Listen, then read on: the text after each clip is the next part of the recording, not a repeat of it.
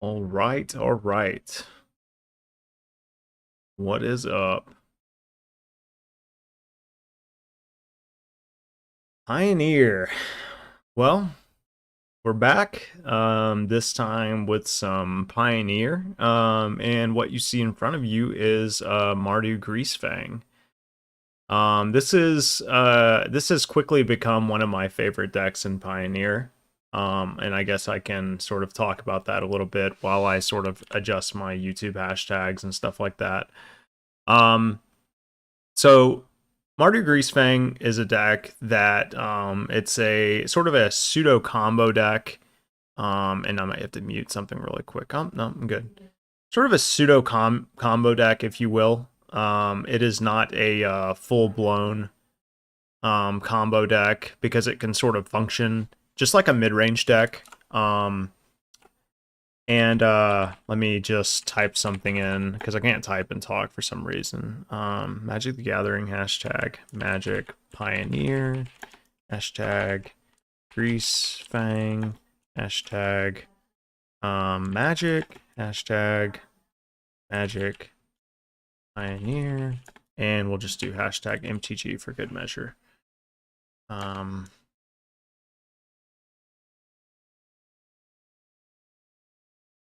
Okay. So anyway, it's sort of like a pseudo combo deck, but it doesn't function like other combo decks. It's not all in. You can simply outgrind your opponent. You don't have to fully commit to this plan. But basically, what the deck is trying to do is pitch a Parhelion 2 into the graveyard, and then it is trying to reanimate it essentially with Greasefang Okipa Boss, which says at the beginning of combat on your turn, return target vehicle from your graveyard to the battlefield. It gains haste. Return it to its owner's hand at the beginning of the next end step. So what happens is with the rat, you bring back Parhelion. At the beginning of combat, you crew before you go to combat, and then you attack with a 5/5 flyer, which then creates two 4/4 angels in the air, which is not always lethal, but it does leave behind two 4/4 angels, and you deal your opponent 13, provided they don't have any blockers or effects. So, initially, when I played this deck, I thought to myself, this seems a little soft, right? This seems like it can be pretty susceptible to hate. It didn't feel like it was super good by any stretch of the imagination. I thought like, I was like, really, how's this deck winning? Because when I first heard about Greasefang, um, I was like, oh, it's just like Mardu vehicles, back when it was in standard, and it's not anything like that. So my idea, I'm gonna move this over to the side. My idea of the deck was totally kind of thrown off by the fact that it wasn't what I thought it was initially. So we're gonna play some games with the deck, and we're gonna actually I'm gonna put my white balance back. You're probably gonna notice my cam sort of like because I'm messing around with it. Sorry. Anyway, we're gonna play some games with the deck, and then there is another version of the deck that is Esper. And I don't know which one is better. I frankly haven't played the Esper version, but the more I play the Mardu version, the more I keep thinking to myself, like, I wonder if the Esper version is better. Mardu tends to put up more results, but it is possible that this Esper version of the deck is just better. I don't know. Quite frankly, I don't know if it's better or worse. So we're gonna see. I do want to look at some of the. So this list is pretty stock. All of the lists that I've seen online, they all pretty much look like this. There's some metagaming involved in this, but for the most part, it pretty much they all pretty much look like this. But I've seen somebody running main deck Thoughtseizes over the Fatal Pushes. you know, that was something that I thought was interesting. I've seen like one-off cards here and there, but for the most part, this list seems, and I'm gonna drag a list over so you guys can actually see it too with me. But for the most part, it seems pretty standardized. I'm gonna drag that for you guys so you can see. So yeah, we're gonna open this up. Okay, so this is the list that most recently 5-0'd. And it is exactly what I'm playing. This is actually, I'm sorry, it is not exactly. So this person is playing Nahiri's in the sideboard, which is very interesting, because you can ultimate Nahiri for Parhelion too.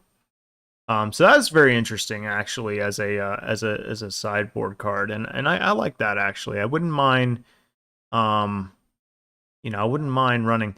Now this person played 4 Thought Seizes in the main. They opted to play the Fatal Pushes in the side, which look, more power to him. I think this is a meta call. I think this is a personal choice thing. For me, with the amount of Winota that I'm seeing on the ladder, I just don't. The ladder, it's not the ladder, but with the amount of Winota I'm seeing out there, I don't want to play Fatal Push in the sideboard. Personally, I'm more than comfortable playing it in the main. But I like their Den of the Bugbear, you know? I think that's kind of cool. This list that I'm playing doesn't currently play Den of the Bugbear, and I think that might actually be a mistake on my part. So, and I also like their use of Nahiri. I think that's really cool. So I actually might rent a couple of these cards. This list is by Blue Moon Knight. So let me rent a couple of these cards, and we will get started, and give everybody a chance to sort of trickle in here. Speaking of which, guys, you know, if you're watching the VODs or you're just joining or anything like that, I want to say that I am sorry that I have not been on lately. It's just been tough, you know, to really find. I'll be completely transparent. It's been tough to find the motivation to stream lately because I've just been so swamped with work and I'm applying for different jobs. And it's just been, yeah, it's been a it's been a grind for sure. But I am just sort of dialing back the streaming a little bit so I can kind of focus on like my mental health and, you know, making sure that I'm, you know, giving myself the time to like recover from work and things like that. So if you haven't been seeing me online, you know, I really apologize. I'm just making sure that I'm taking care of myself and stuff like that too. So you know, shout outs to the bigger streamers though, guys like Doomwake, Yellow Hat, Demonic Tutors, Spike, you know, all of those guys are keeping it real.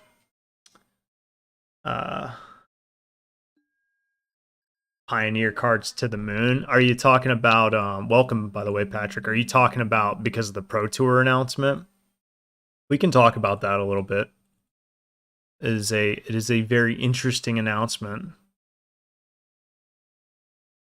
Let me just get these I like the Den of the Bugbear. That this, you know, I didn't even think about that. That didn't occur to me when I was playing this list.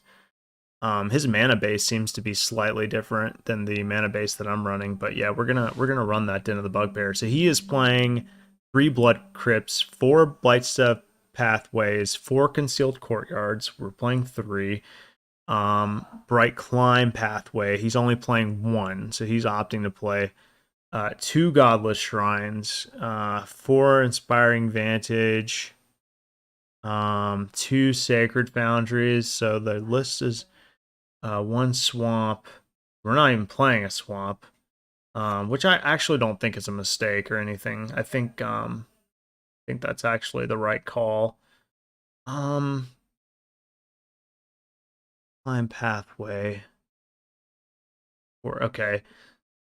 So I think I'm going to cut a Needle Verge Pathway in favor. I like the Urborg over the Swamp. I think I'm going to cut the Needle Verge. Actually, we're going to use the better art.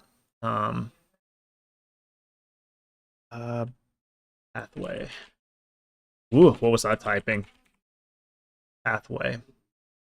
We're we're gonna do that, and we're gonna do Den of the Bugbear because I like that card a lot. Anyway, so and then the other, so Nahiri. So we got to make some room for Nahiri in the sideboard because I really like that a lot because of the organized play announcement. Yeah. So we'll talk about that a little bit, Patrick, because I think that's a good point to bring up. And you know, obviously we can't really talk about it enough. I mean, it's a huge announcement, right? So I want to go down and go blank. I think I want to go down a go blank, and I think I want to go down a rending volley, although I do like rending volley. But yeah, we'll do that, and then we'll just go double Nahiri.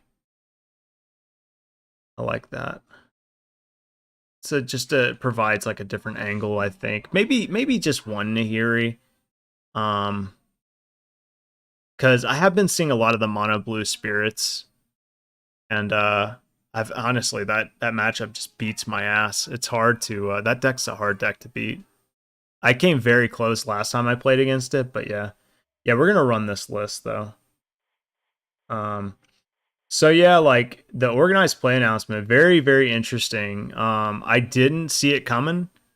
But honestly, you know, I'm interested to hear your thoughts on it. But honestly, I'm kind of pleased with it as a Pioneer player and someone who has enjoyed Pioneer thus far. You know, I'm glad that they're giving Pioneer some attention. I think they fucked up when they stopped, you know, really promoting Pioneer and started focusing on historic and geez, what's the other format called? Alchemy, you know? It's almost like Pioneer just got put on the back burner, like they didn't care. And the only time you saw Pioneer was in team events. So, you know, I was happy when I heard that it was going to be part of the new Pro Tour, or should I say the old Pro Tour, right? Because that's really what it is. But not everybody feels the same way, and I understand. This is a keep. We got Voldaren Epicure. We can play another one on the following turn. We've got a Deadly Dispute to sack them, and we can pitch a Parhelion off of the blood tokens. So yeah, like you really want to be looking for. I've learned to mulligan kind of aggressively with this deck. You really want to be looking for lines where you know, you're able to potentially get a turn 3 Parhelion, because that's the dream. And we'll see what our opponent named Cooter Wife is playing here. Looks like it could be a mirror. Duress. So it could be a mirror. Could be a mirror. It's either Deadly Dispute or Can't Stay Away.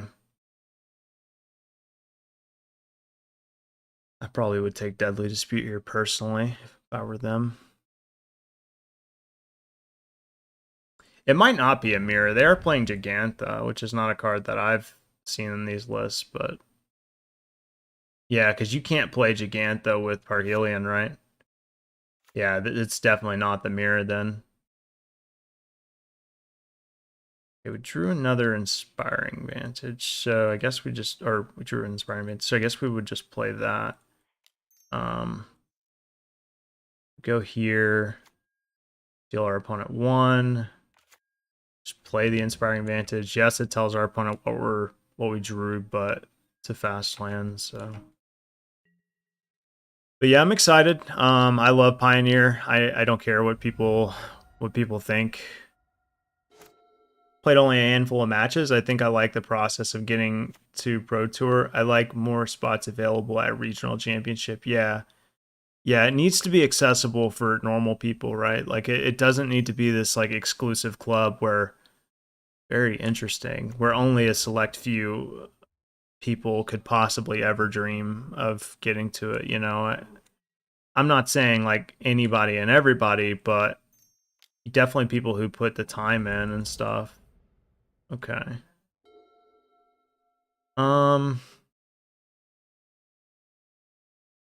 So they can duress us.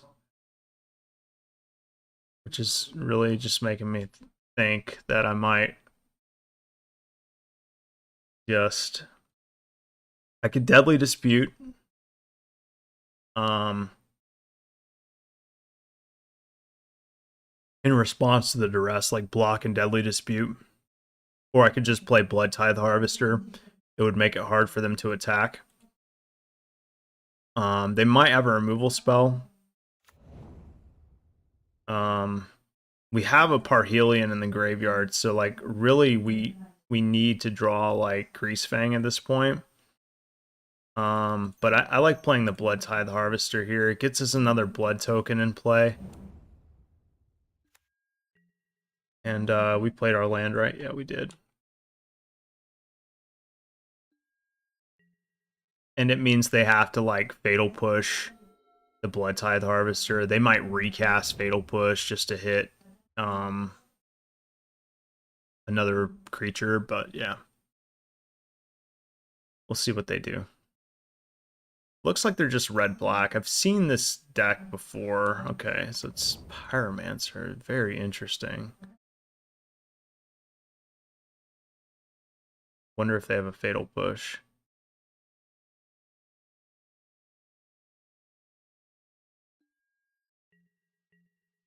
It's like they're gonna decide to duress. Oh, I guess not. Okay. Well, do we want to pitch card? I'm gonna say no. Okay. So technically, it's probably right to main phase Deadly Dispute here. I like killing the young Pyromancer. I think that might be able to get out of control. But then again, like Dreadhorde Arcanist might just be better for them.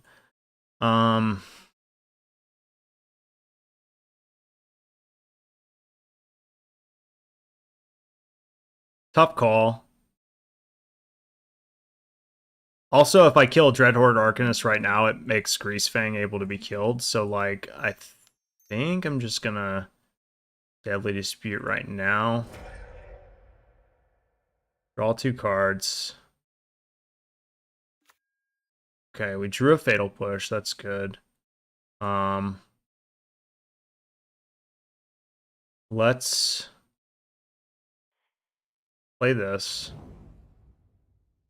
And I think we go ahead and crack this. Kill that. Because that's what's going to cause them to get out of hand. Part of it anyway. They've got a good board set up. I just feel like disrupting them. I can also bring this back with Can't Stay Away if it really comes down to it.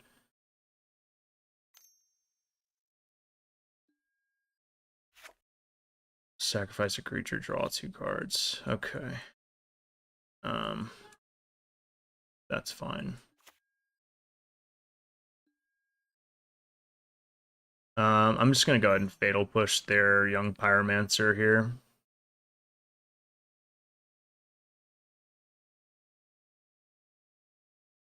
And I'm not going to attack with Voldaren Epicure because it's possibly a target that I can sacrifice to another Deadly Dispute if I draw one. But I'm interested in pitching this Goblet Shrine, I think, to a blood token. I like having to finish in the top 32 of a larger tournament instead of winning smaller tournaments of 250 players. Yeah, that's a good point. And top 32 isn't unreasonable. Like that's a good finish, but I think it's also like pretty accessible for like someone who really put the time and work in. Oof. I mean, yeah, I guess that's a thing. That sucks. Main deck graveyard hate, huh? I guess Go Blank's just a good card. Wow, that sucks. They attack, I'm not interested in blocking. Yikes. Look at that. So the real question is, do we play the Greasefang? I don't necessarily think it's safe in our hand. They already played Yeah, I think we just gotta play it, right?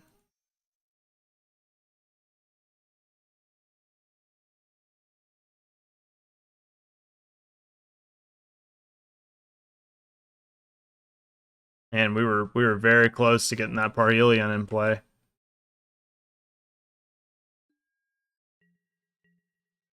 Not gonna attack. It turns on Fatal Push if they block. Of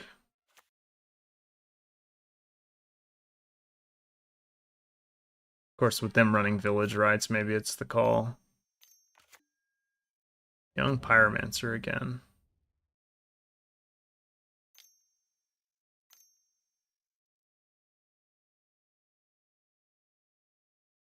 Alright. Well, it was either that or a Thoughtseize, right?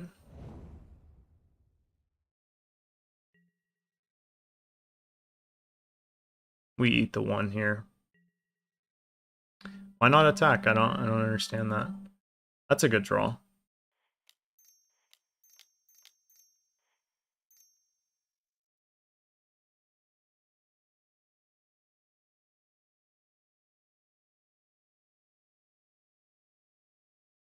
Too bad we can't crew it, but it's a good draw nonetheless. They might sacrifice it in response with a Village Rites if they got one. Village Rites is pretty good. It doesn't give you a clue, or not clue, treasure token, but it being instant speed and 1 mana is good. They have 6 mana. I wonder if they're playing like Big Chandra or any like big finishers, although I would be surprised to see Big Chandra in a Pyromancer list. Seems like they're just kind of like red-black hate spells, honestly. Yeah, Patrick, I like the new format as well, and I'm excited to see, you know, more of it get like fleshed out and like see some of the tournaments go down and stuff like that. I believe I already know somebody who's qualified, although I might be mistaken, but I'm looking forward to it. I have not ever really actively pursued being on the pro tour, because in my mind I was always like, like I'll get there when I get there. You know what I mean? Like when I feel like I'm in a space where I'm able to compete on the pro tour, but I wanted to set my goals like small. Um, and I'm sorry guys, this is about a job, so I got to text this person back. It's about a Rolls Royce job, which is very, very cool.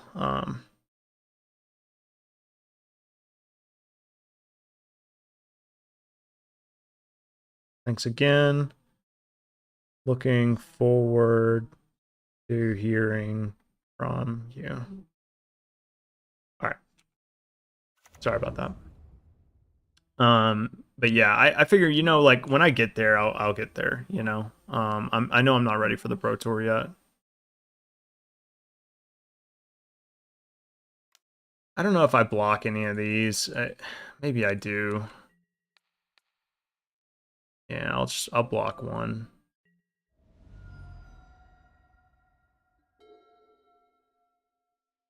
I think I discard this. Okay. I don't really want that either. Um,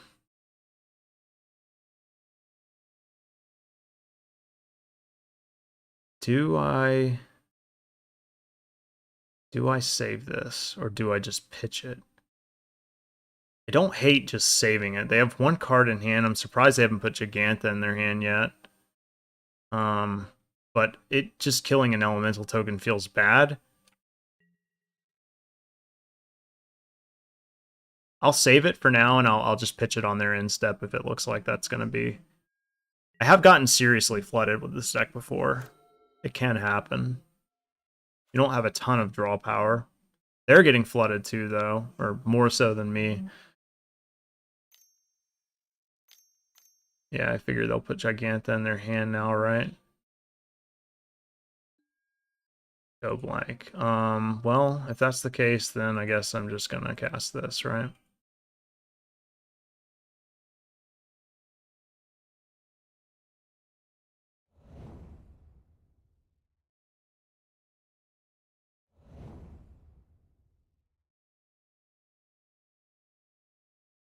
We do play quite a few creatures big enough to crew this, so.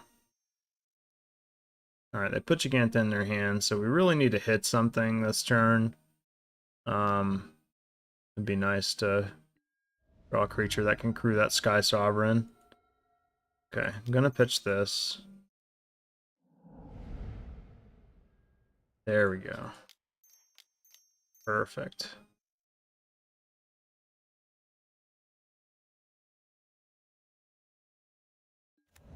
Okay. We're gonna get one of those 1/1s off the table. And we're gonna put them on a clock.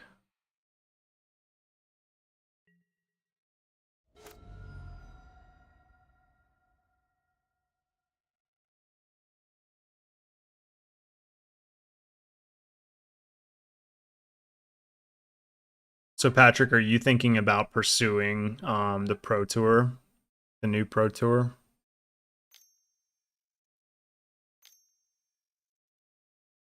That's something that's on your radar? When the old Planeswalker points... Oh, a creature. You know, that's very interesting. I would have thought that an artifact would have been the better call, because they have a Giganta in their hand. I seriously think that was a misplay. That's just my personal opinion. I would have said artifact. Well, okay, sorry. Take that back. That would have made no sense. Of course they say creature, because we could just get it back with Greasefang, so disregard what I just said. But yeah, when under the old Planeswalker points rule, I basically decided to get as many pro points as I could, but I was approaching bronze, but I never got there, because I feel like I got competitive in like 2015. I don't know, whenever Origins came out, and I just I wasn't there yet, but I was getting there. Gonna give it a shot. Well, that's cool, man. I mean, I think not attack. I think you have as good of a shot as anybody that I know.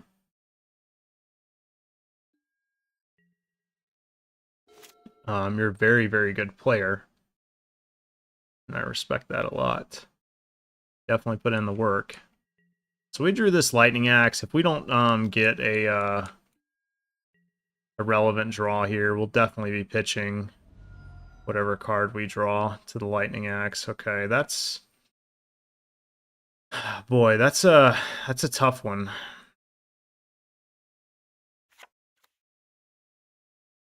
think I'm just gonna pitch the Stitcher Supplier.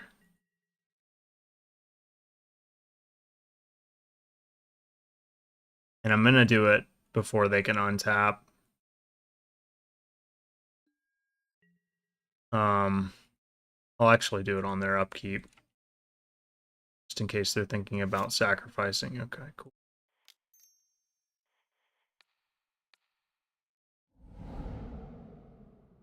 I guess technically Stitcher Supplier could have milled me over a Cruxa, which would have been gas. You had to travel to a bunch of GPs in the past to get on the Pro Tour. I need to play online in order to get better, yeah. Getting reps online is definitely a benefit. Just the quantity of games that you can play, especially in ugh. Oh no. That thing's gotta go.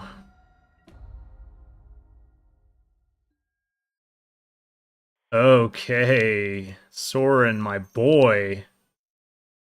Coming in clutch. What a good draw. That's game. It's gotta be game. Ooh, gas. That's a 1 of 2. Need to put in time, and online has the best players. Yeah, well, Magic Online has the best players, right? You know, Arena is kind of like small fish. At least in the anything below Mythic. I know I'm going to lose my Soren here, but I don't care. I gain 9 life and hit them for 6.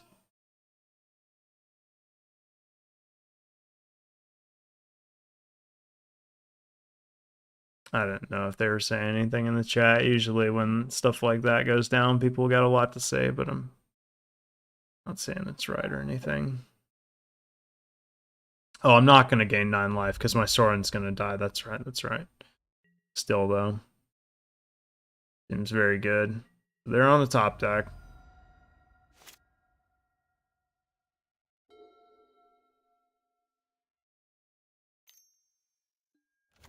Stitcher Supplier. And they got a Cruxa, but it's not going to matter because we're going to hit them for 6.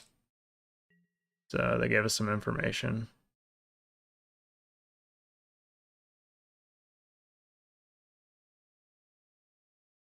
Might as well. But this game's over.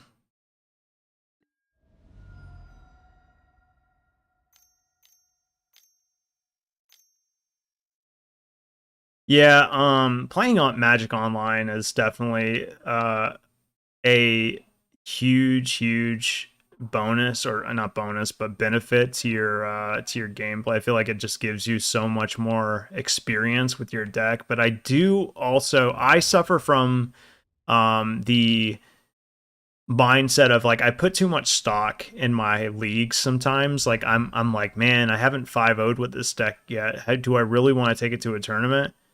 And leagues are a lot of noise.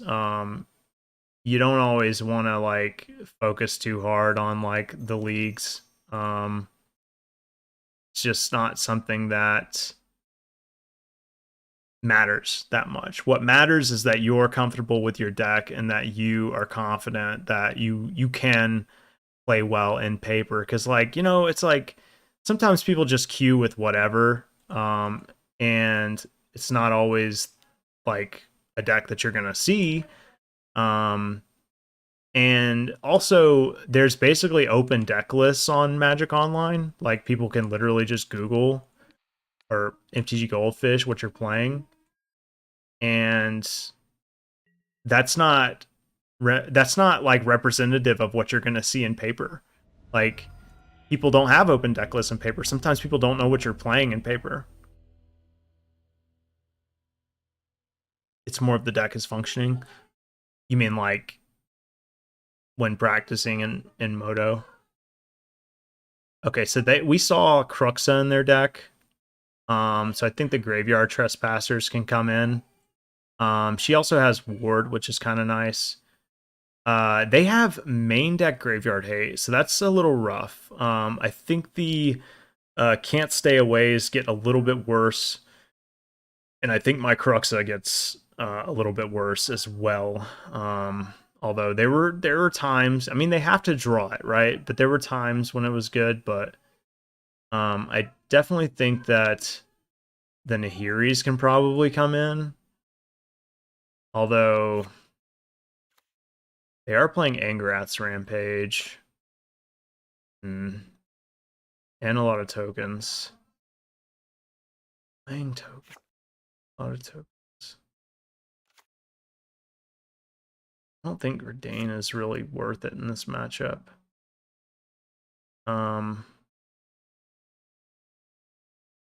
Yeah, maybe it's just like that, right? I don't hate that. I could bring in Go Blank, but I just don't think it. No, I don't know if it's worth it. Maybe like a one of, take out the Cruxa. What do you think? Cruxa in or Cruxa out? Bring in a Go Blank. Maybe Fit 2. I don't think anything else needs to come. I don't like Nahiri in a matchup where I'm like, although with Nahiri, you can control when you pitch your Parhelions, which is kind of nice. Like, so you don't have to worry about that. I'm kind of talking myself into the Nahiri a little bit. Although I do worry about the tokens. But I think with Blood Tide Harvester and Fatal Pushes and stuff, we don't have to worry about that too much. Let's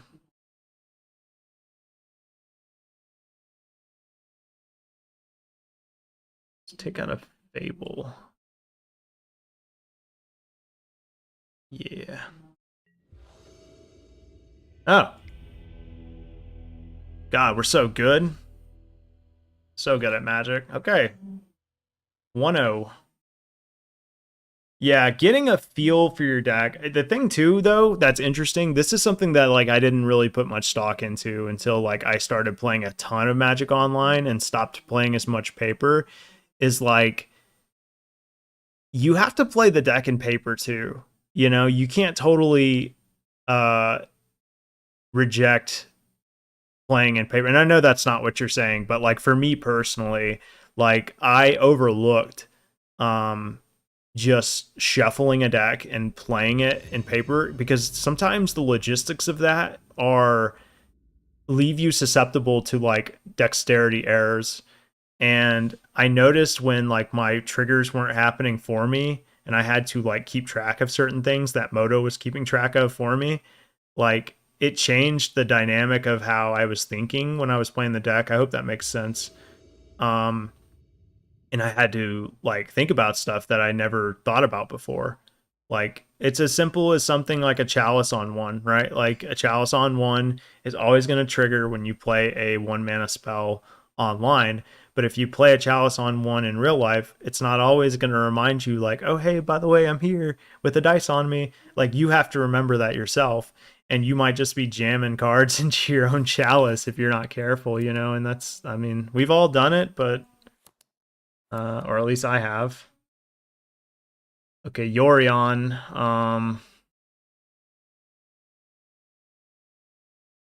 I mean, this hand's okay. It's not great. I'll keep it. It's got mana and spells.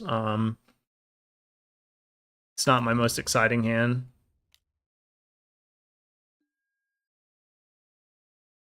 Okay, Den of the Bugbear. We play Blood Crypt. I'm gonna play Blood Crypt untapped. Maybe a little telling here, but I still think it's worth it in case we draw like a 2 mana spell like the Vampire. And then next turn we'll play Den of the Bugbear, of course. And hey, if our first play of the game is Fabled of the Mirror Breaker, then that is what it is.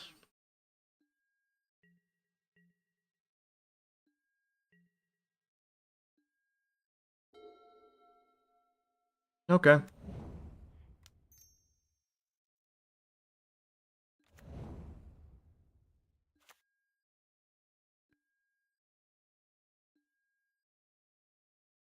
Gave us something to pitch our Parhelion with.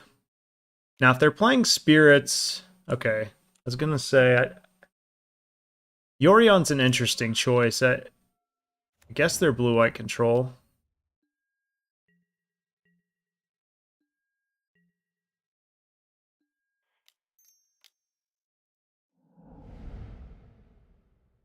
Try to draw ourselves a okay. Well, we're playing right into a Censor if we jam Fable.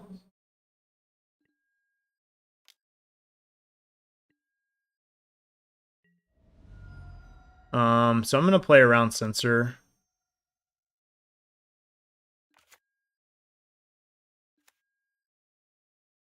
And I'm gonna pass. Another cycle land.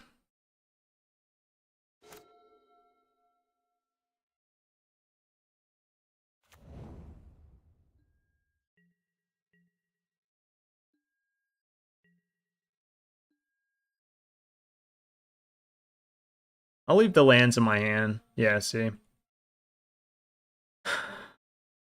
What are you playing over there? Alright, let's swing.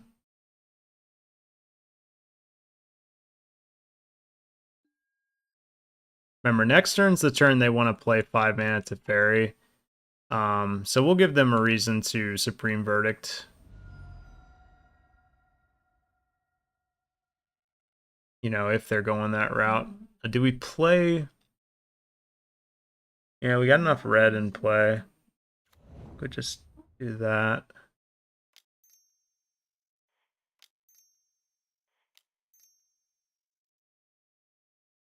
Probably gonna get absorbed, but that's fine. Dovin's veto. Okay, so they had the veto last turn anyway, presumably.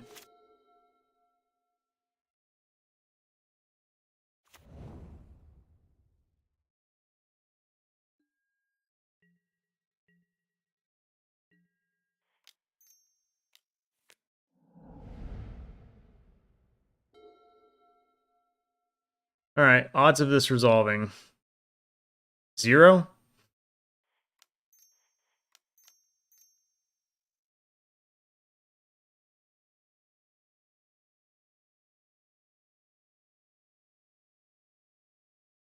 We do have the I'm the abandoned mire though.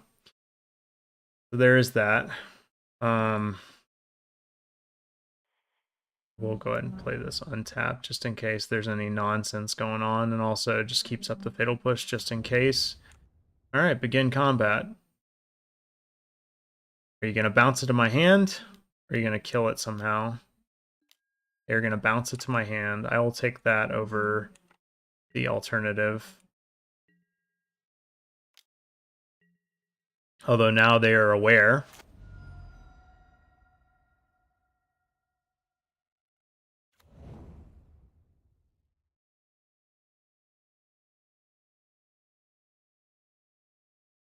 They could have Shark Typhoon, so that's a card we could use Fatal Push on.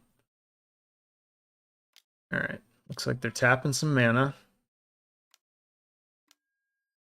Farewell. Exile all graveyards.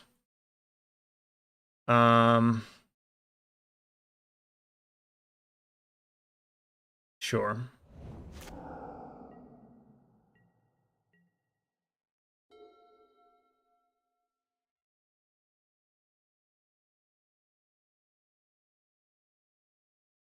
Do we animate Den of the Bugbear this turn? 2, 3, 4. I think we do.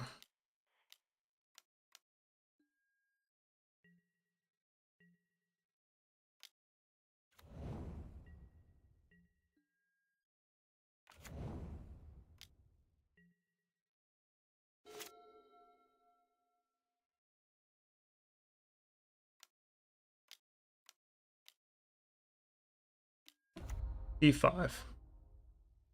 There he is. This reeks of Absorb.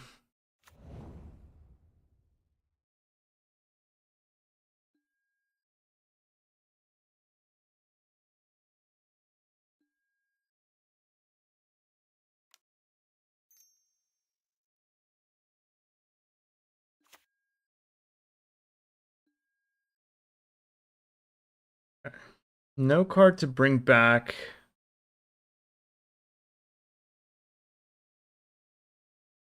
With Takunim. I'm not going to attack Enuma. Yeah.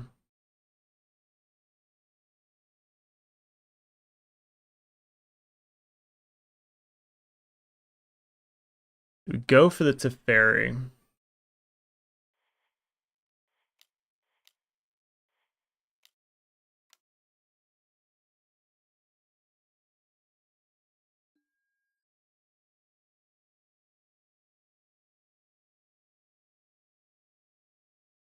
I kind of want to play this for Fatal Push in case they cycle a Shark Typhoon for a 1/1 to protect Teferi. I know it feels kind of like a waste, but I kind of want to. It also gets more mana into play in case I naturally draw Parhelion.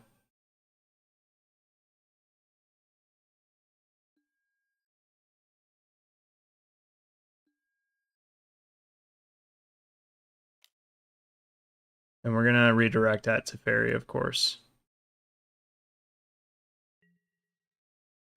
Okay. Good. Excellent.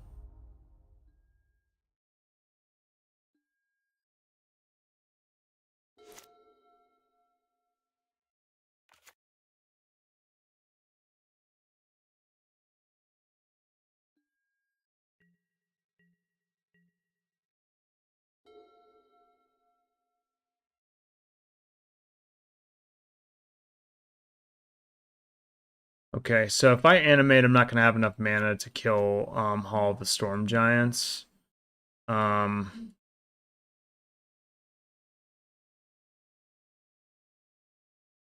So I think I'm just going to swing for 3 here.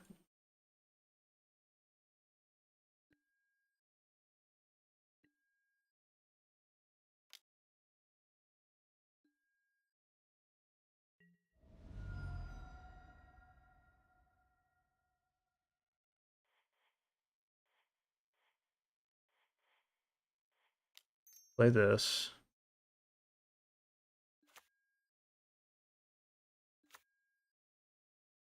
And play this.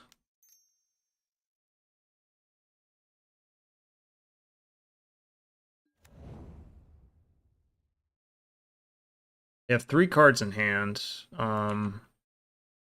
So I don't quite know. I mean, it could be a Supreme Verdict of some sort. It looks like they might. Okay.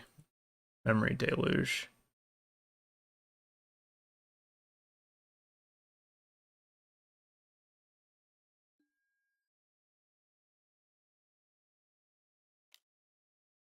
You're going to cast another one?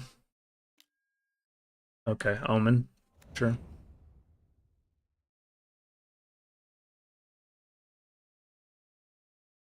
Let's see where the scries go.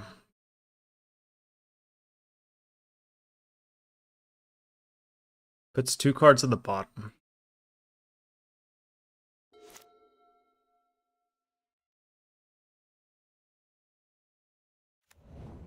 Castle Ventress.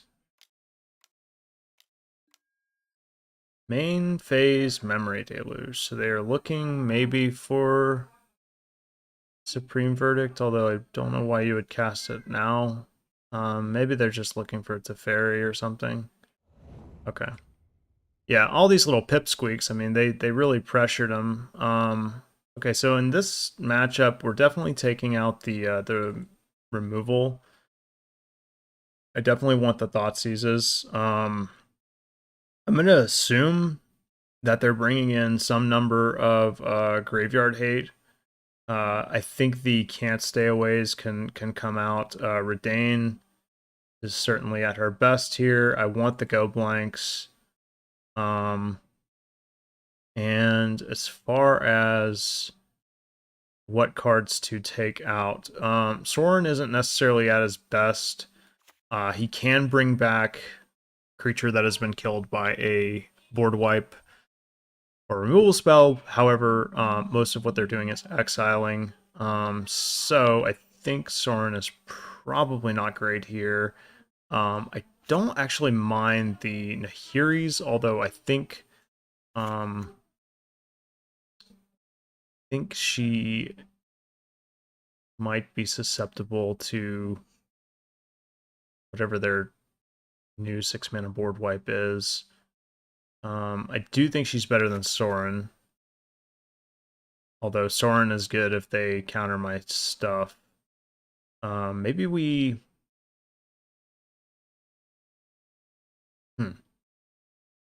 cut Fable of the Mirror Breaker? That's something we want to cut? In favor of like a couple of Nahiris?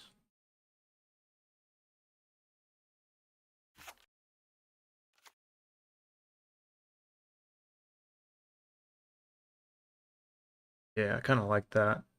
And maybe a Stitcher Supplier. Yeah, for Sorin. Game's gonna go a little long, so gotta be ready for the hit from some different angles. I like Mardu Greasefang. I like it as an answer, honestly, to yeah, this hand looks great. I like it as an answer to Winota decks. I think we have a good matchup against Winota. All right. So some things have to go right with this hand. We certainly didn't need another Go Blank necessarily, but we do get to take a look. And we get to take their second land, which I think is probably just worth it, right? So we'll do that. And see if they draw another one. Do not. Go ahead and play this because the only thing that we can play. And we might also struggle to get some mana.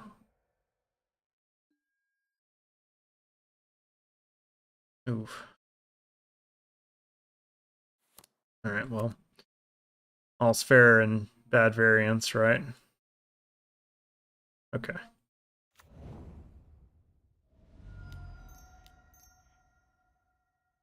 I'm gonna put a Greasefang into play and just start pressuring your life total.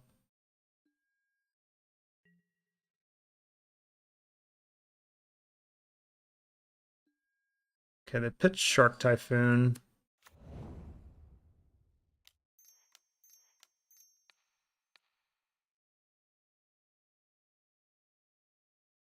They're certainly not out of shortage of cards because they haven't drawn any lands to play their cards, so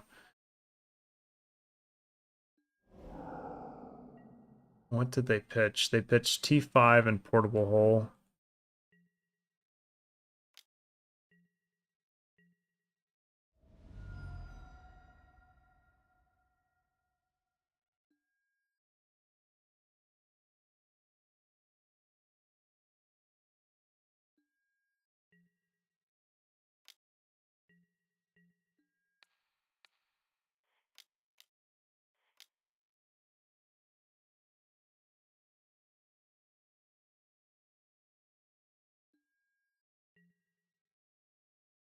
Another T5 and a Shark Typhoon.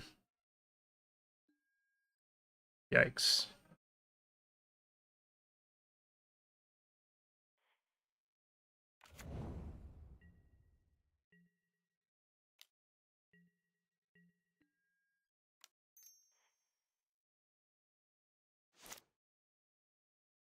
I'm just gonna leave the Deadly Dispute up.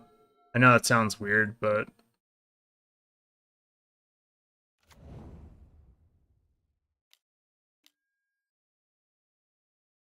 as creatures in you draw a card. Okay.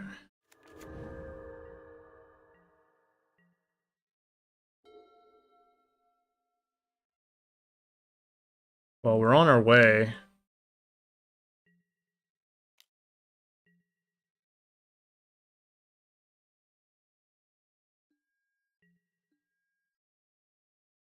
Little punished for not playing the Sky Sovereign last turn. But that's okay.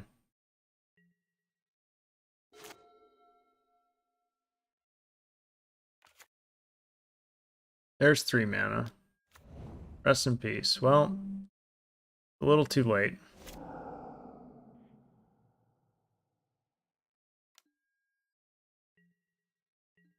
They're on a 2-turn clock.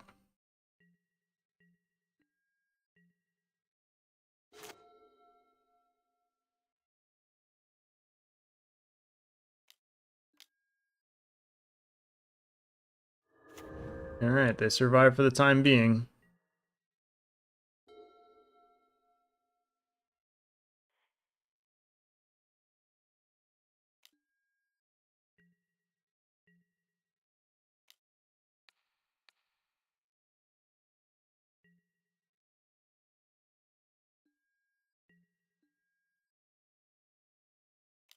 Oh, you know what? I suppose I had them dead, right? I could have thought seized myself for Parhelion.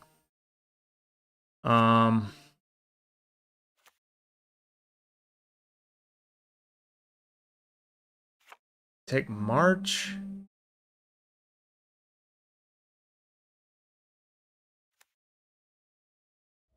Guess so. We'll leave them with the Wandering Emperor. We can sacrifice Greasefang in response if that's what they want to do.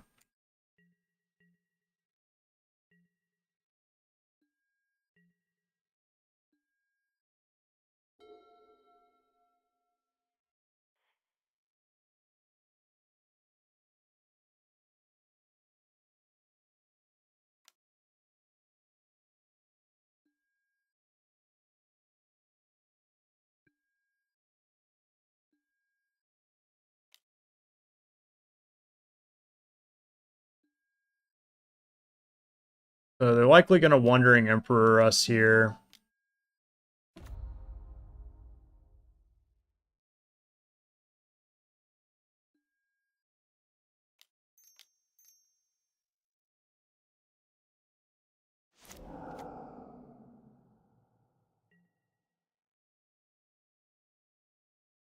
One, two, three, four, five.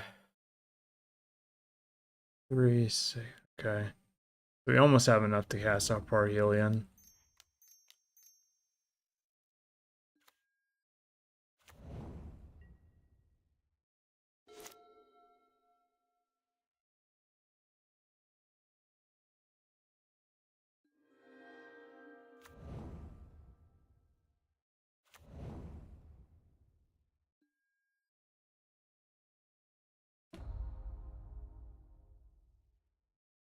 Yeah, that's just game, I think.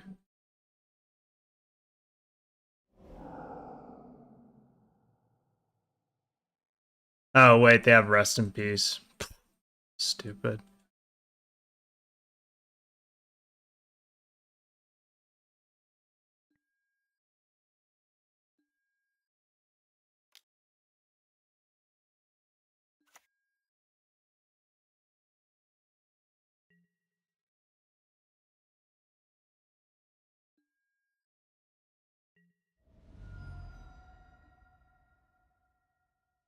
Okay. Well, so they are going to hit a land, I'm sure, off of this Memory Deluge. So the question is, do we bother playing Parhelion or not? I think the answer is no. I think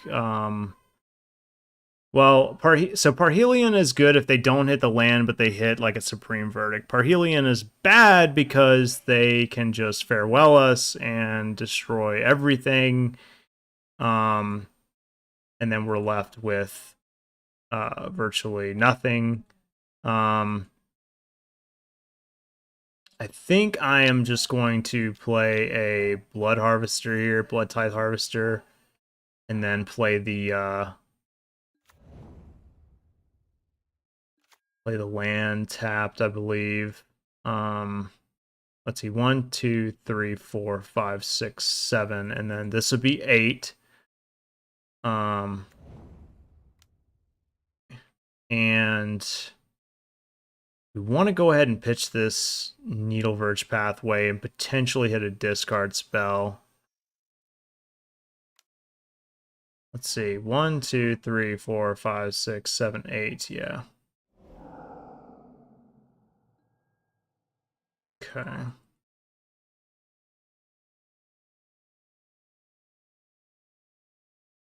That one I don't think I'm playing.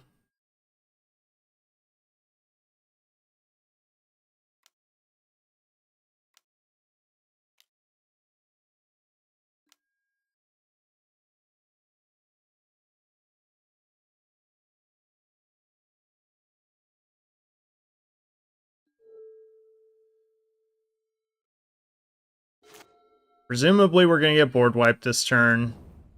Yep, that's what it looks like is going to happen. We play Parhelion.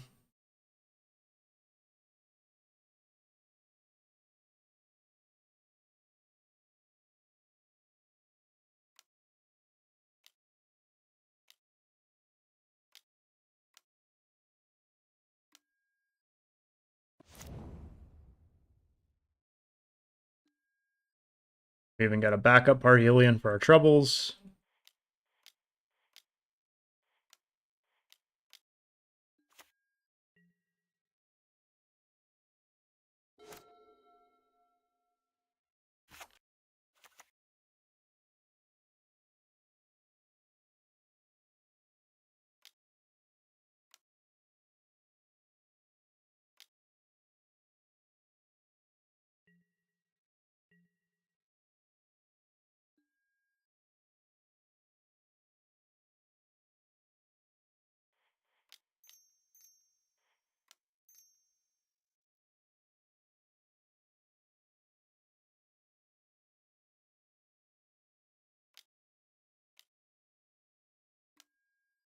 Okay, we got them anyway. We go here. here. Through 4. And swing. Hey, they did pretty good for keeping I mean, they had 2 lands, but we took 1. I mean, they climbed back. I don't know about my lines. There was a line where I could have played the what do you call it, the 5 mana vehicle earlier.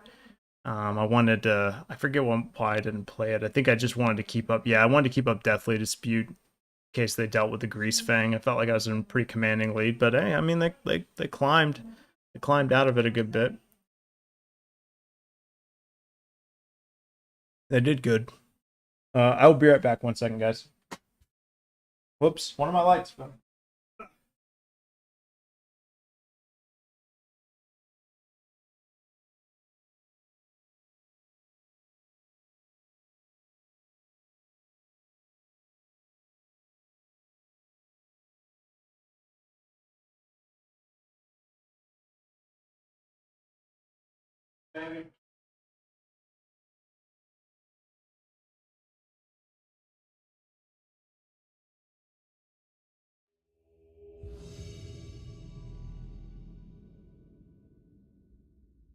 I feel like the Pioneer queues have been picking up too. I might be wrong, but I feel like they've been faster as of late. Might have something to do with all the recent promotion. I don't know. Okay.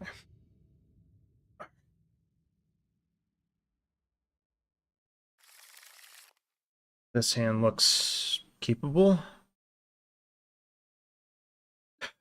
I'm gonna lead us off with a Blight Step pathway, actually.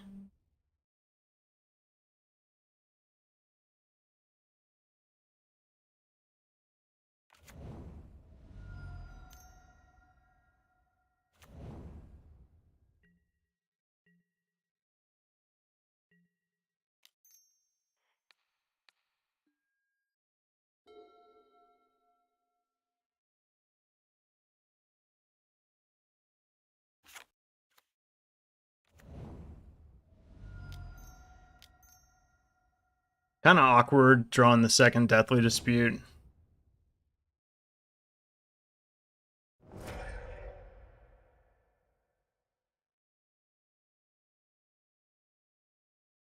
Alright, looks like we're playing against Winota, which is hypothetically a favorable matchup.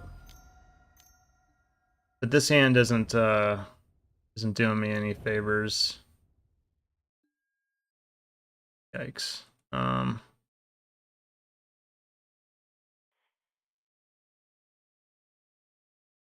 I'll play that, then we'll pass. They're showing us a potential to slam Winota. I mean, I could have kept the Fatal Push in my hand and hoped they missed.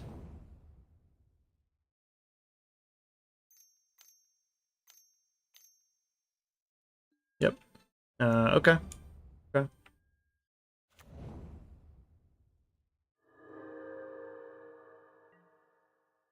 I mean, that's pretty bad, too.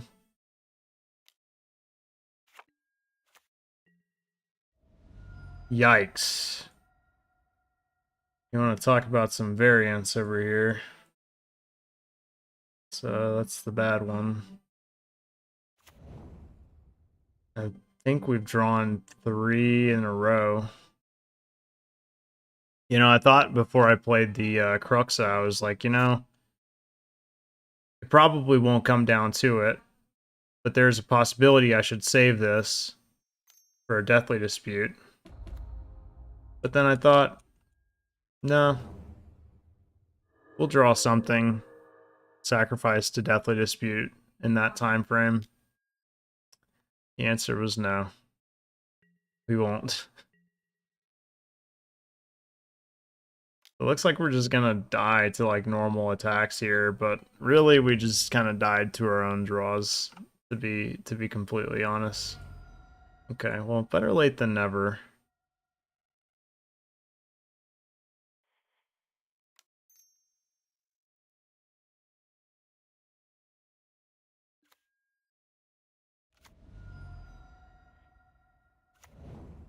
2, 4, 6, 8. They're almost dead anyway. Hmm.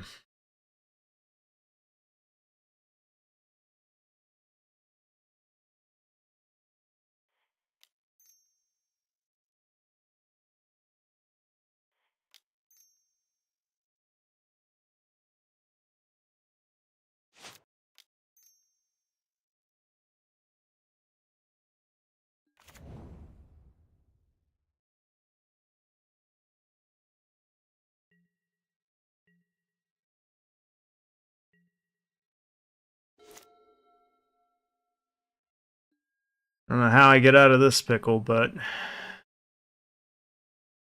can definitely try.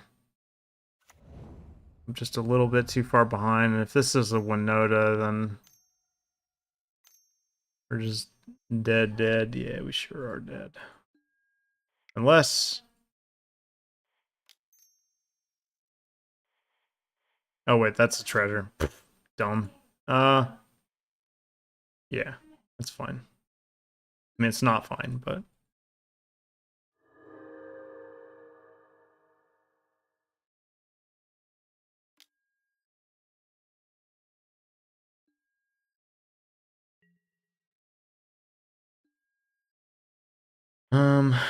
Okay, well...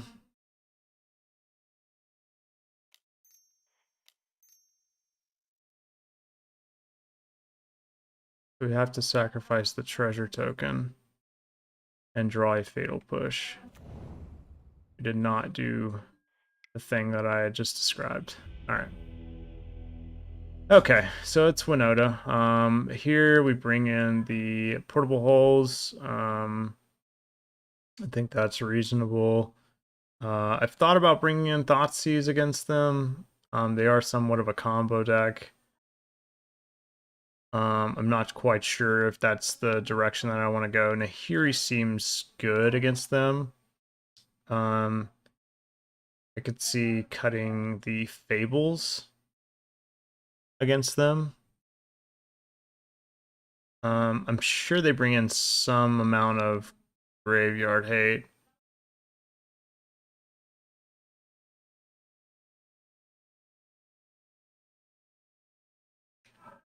I don't know if you're supposed to bring in Thoughtseizes against Winota or not, to be honest. I've always wondered this. I'm not quite sure, to be honest.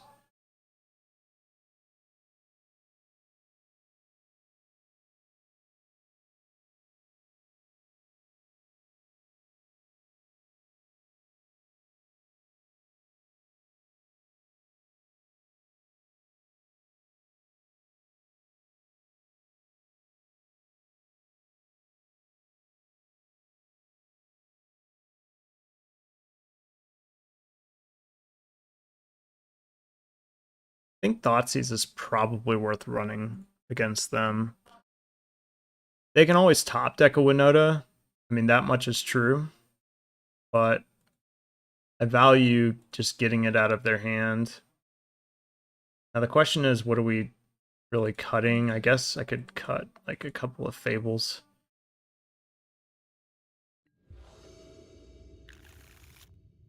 Okay, this hand's garbage. Okay. Thinking I'm just going to pitch the Parhelion here, keep the double fatal push. Although I don't have a creature for Deathly Dispute, so maybe that's an argument to throwing that one away.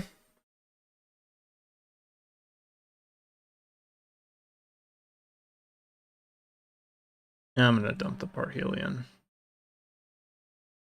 I think. Yeah.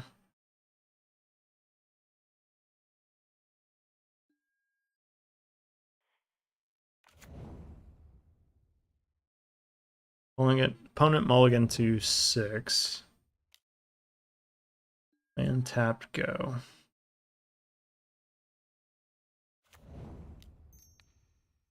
See what they got going on over there.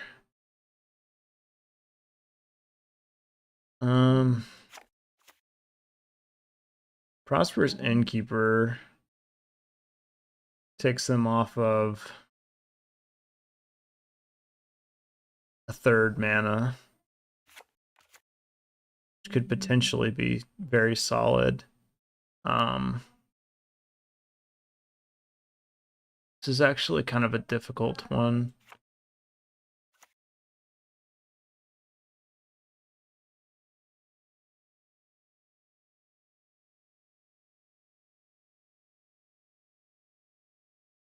But then they just play Voice of Resurgence. Yeah, I'm going to take the Prosperous Innkeeper here. I'm going to bank on them not drawing like a red source slash second mana source.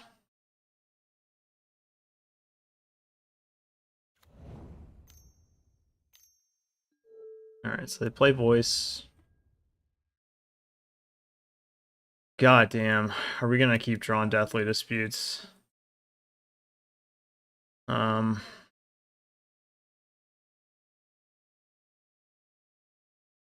I want a second white source, not really. And I suppose I could just kill this since I'm not really doing anything else with this Fatal Push right now. Although, yeah, I'm gonna leave it alone. And they drew a red source.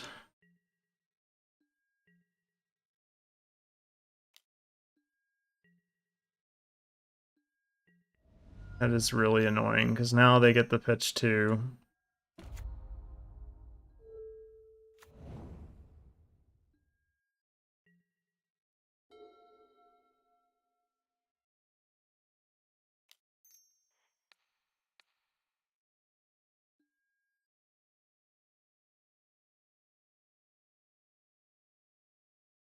So they would pitch Rending Volley and something else, and then definitely hitting the land. Have to save this Fatal Push for Winota, and I have to hope they miss, basically. It's really unfortunate that they didn't miss a beat after we took their most relevant card in the form of Prosperous Innkeeper. They drew the third land, and it was the best one. They only pitched one card. Why would you...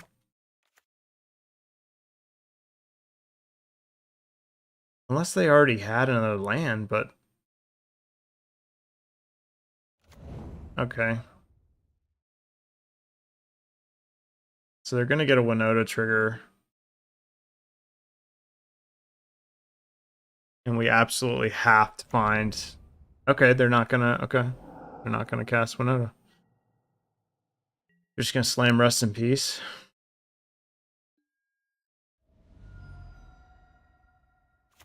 Yeah, our draws have been supreme.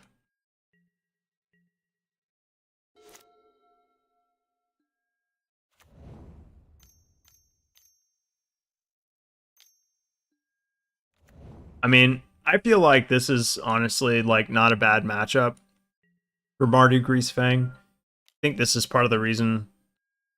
Sorry guys, I didn't realize it was partially cut off. I think this is part of the reason why you play Mardu Greasefang for this deck. They missed. Good. There's always a possibility that they will miss. But I think our draws have just not been great.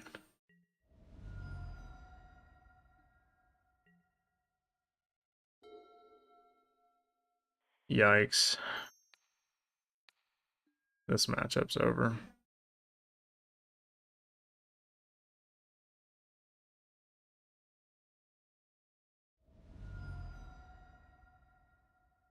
I mean, at this point, it's like, what do you even do, you know?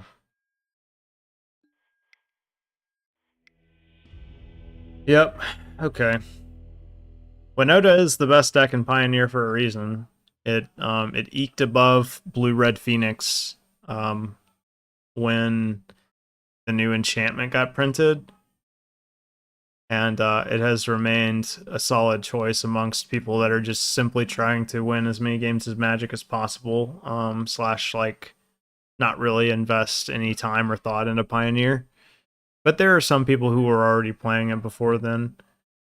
I happen to think the deck is very, very good. I don't think it's necessarily ban worthy. I think Pioneer is very much unsolved still, and the decks that people are playing right now are extremely good, but there's still more out there, I think.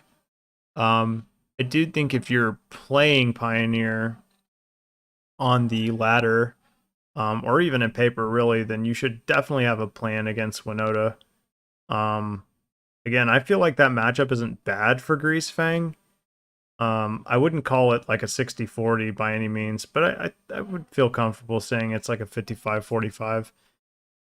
You play a good bit of removal in the form of the fatal pushes, the lightning axe, the vampires that allow you to sacrifice your blood tokens to, or not sacrifice the blood tokens, but sacrifice the vampire in order to kill the relevant creatures. There's not really, and you can also just kill them before they kill you. There's not really another aggro deck that pressures them quite as much, I don't think. At least not in the main board. I think post board it gets a little bit better for them. It gets a little bit more even. Probably a 50-50 post board with the rest in pieces they brought in and stuff. But again, slightly favorable. Very slightly.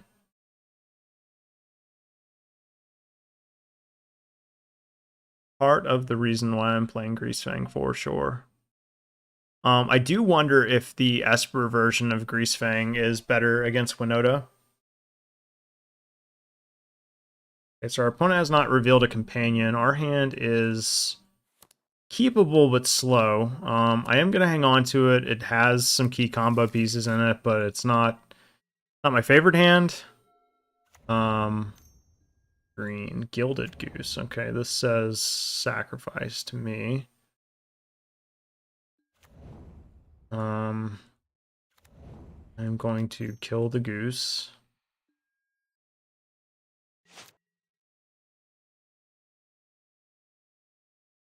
Drawing the redundant Greasefang is not amazing.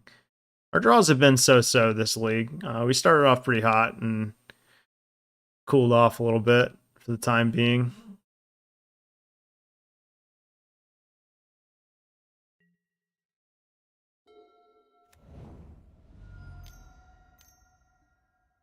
Okay, Anvil.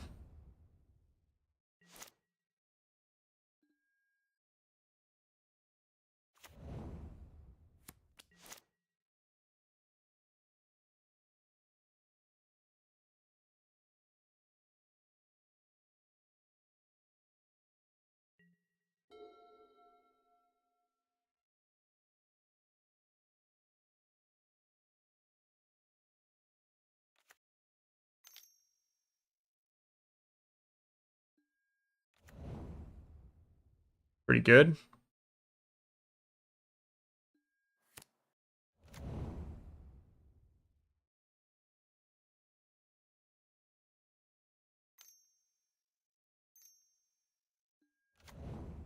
All right.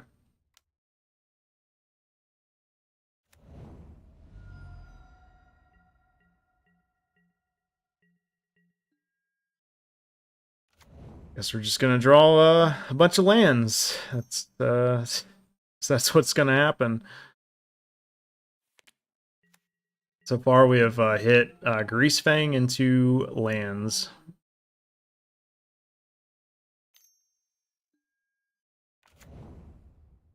I'm comfortable slamming this Greasefang because obviously we have a backup.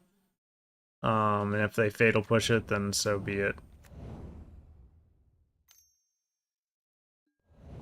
Yeah. So be it. Jesus Christ. All right, that makes 3 lands in a row. With this, I'm going to hang on to the additional Greasefang. I'm not going to play it. I'll play Sky Sovereign next turn, and that'll allow me to start getting in some damage.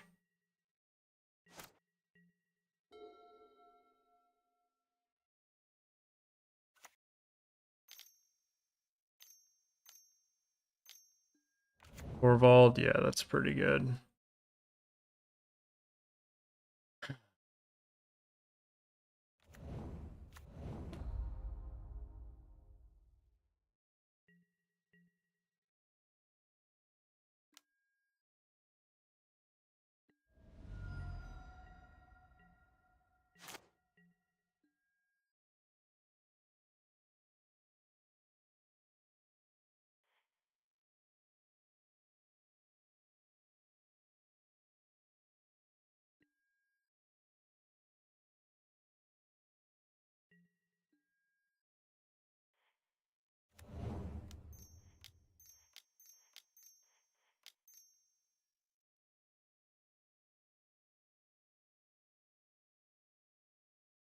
Pretty sure I'm dead.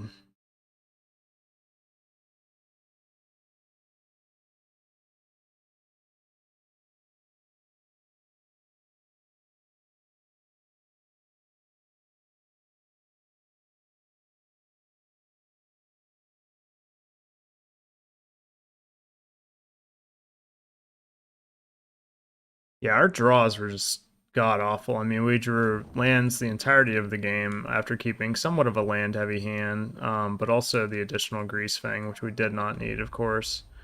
And yeah, there's a sneaky way we can win though, if they don't kill us this turn.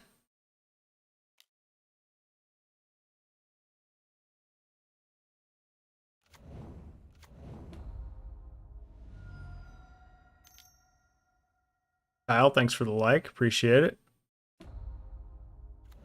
What is good, man? What is good? Alright, Trail of Crumbs. Kitty cat.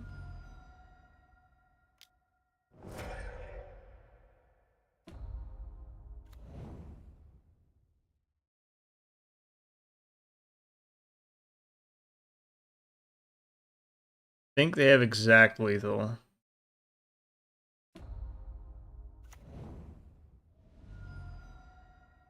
Think. Oh yeah, that's lethal. Alright. Well, we drew horribly. So there's that. Graveyard Trespasser definitely coming in here. Think Cruxa can come out. I think that can probably cut some number of these.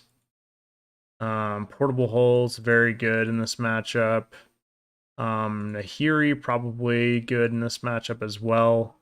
I don't mind cutting the Can't Stay Aways.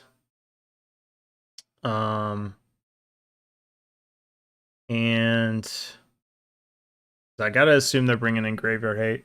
Looking icy with that chain piece. Thanks, man. I appreciate it. Try to stay up on it. Do bring in Go Blank here? I don't think it's good. I think I'm just gonna keep in one copy of Can't Stay Away.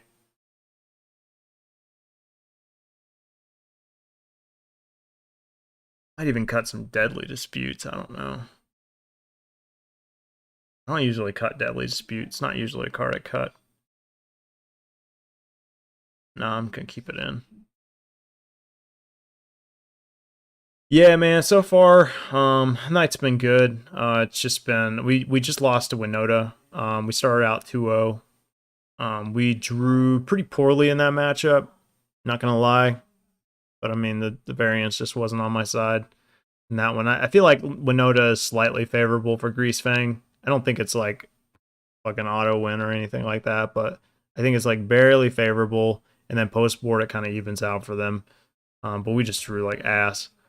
And that last game you just saw, we kind of drew bad too. But it's all right. It happens. It happens. For sure. All right. Sand looks good. This is more or less what I like to see.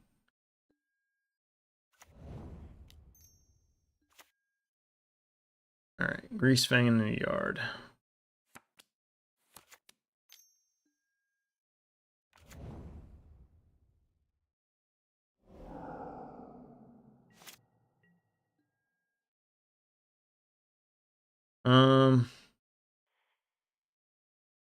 Yeah, I'll play the Seer Step Pathway.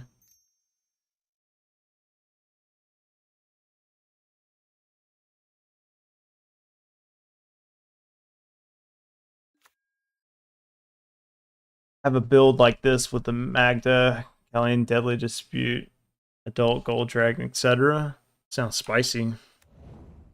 Yeah, I know there are some Magda builds out there that are crazy. There's like a Legacy and a modern Magda deck that's like fucking nuts, man. It does some crazy shit with all the changelings. It's pretty fun.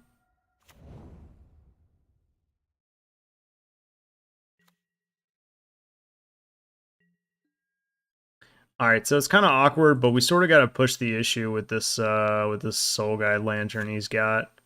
Otherwise, our Parhelion's like never gonna get in.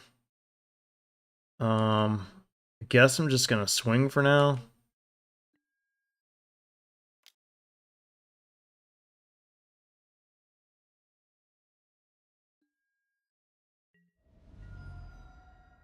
I want to shock the Blood Crypt into play. Kind of. But I also sort of want to keep the Blood Token because I can sacrifice Blood Tithe Harvester, kill something. This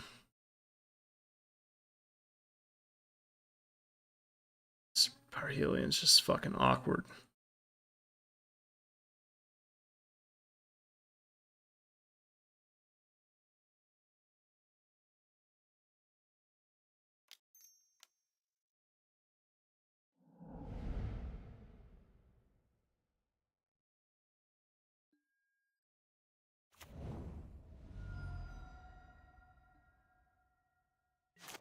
I think what I'm going to do is at the end step sacrifice my Stitcher Supplier to Deadly Dispute unless they target something with a removal spell.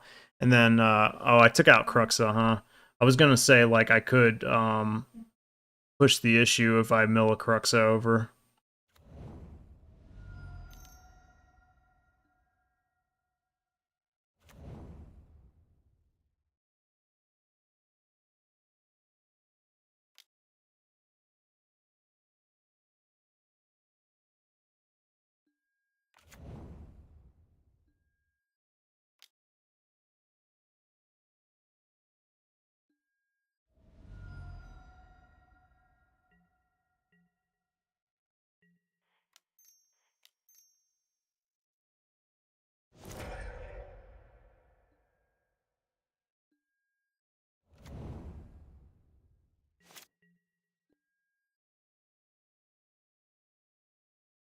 Welcome back, man. I'm gonna attack with the Blood Tithe Harvester. And I'm just gonna play the Graveyard Trespasser.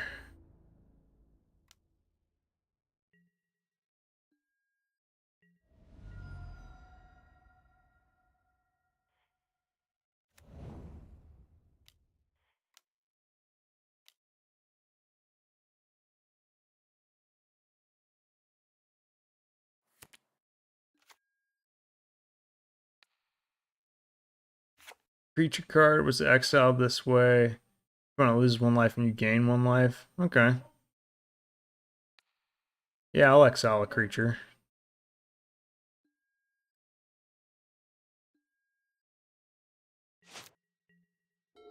We are down a game against Jund Sacrifice.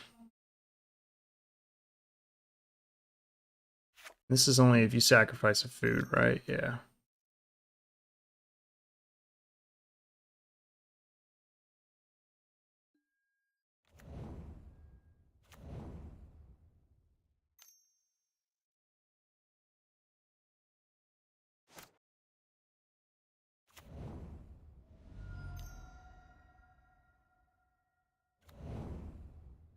They don't have the oven yet. Here's a Gilded Goose.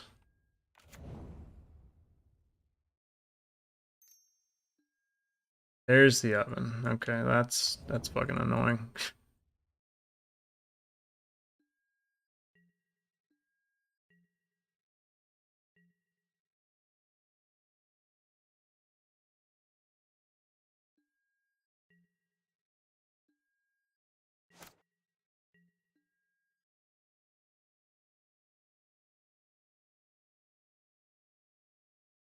We sacrifice the treasure token.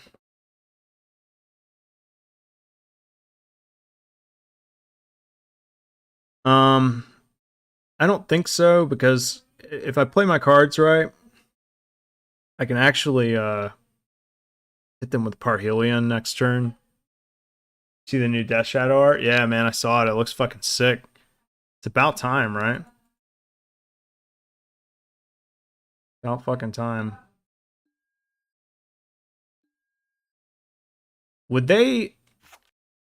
Whenever one or more artifacts you control leave the battlefield, do you think they would make enough creatures to block the Trespasser?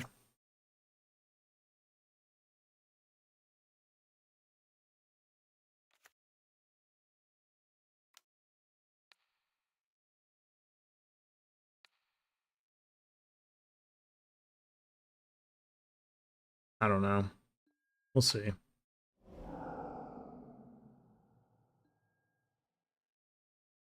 I'm actually fucking shocked that they did that, to be honest with you. That didn't make a whole lot of sense to me.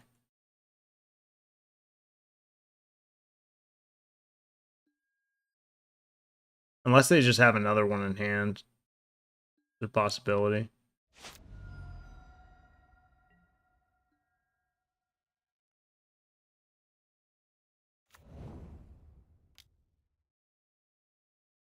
This is gonna flip.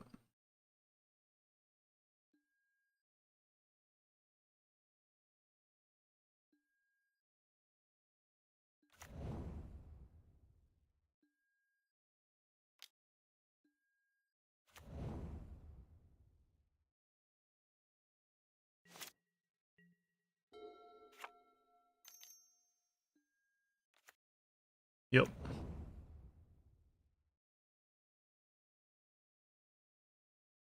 We need to auto yield to Trail of Crumbs.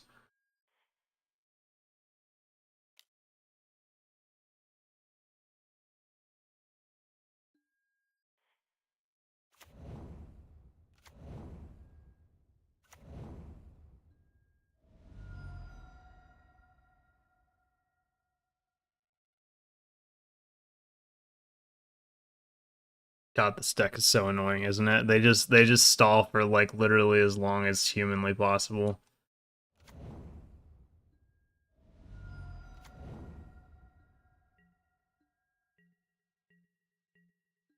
All right, 3, 5, 6. We could cast a Parhelia next turn, right? We would go. Wait, no, we can't. I mean, we could technically if we sacrifice our Glutton.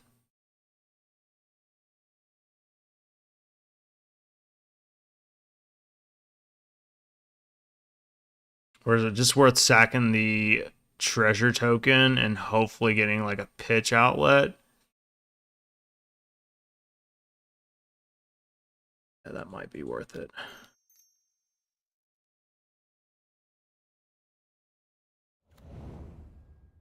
Okay.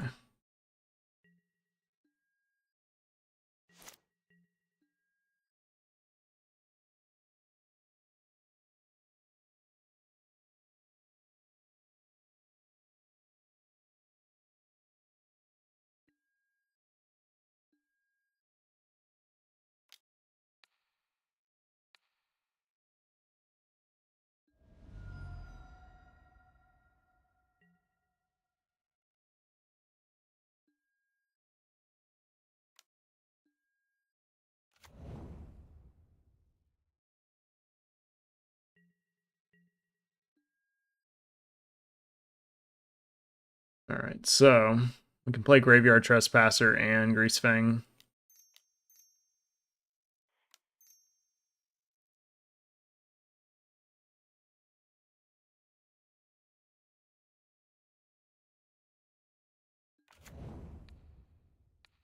We're not going to get it, obviously. They're going to sacrifice their food token in response.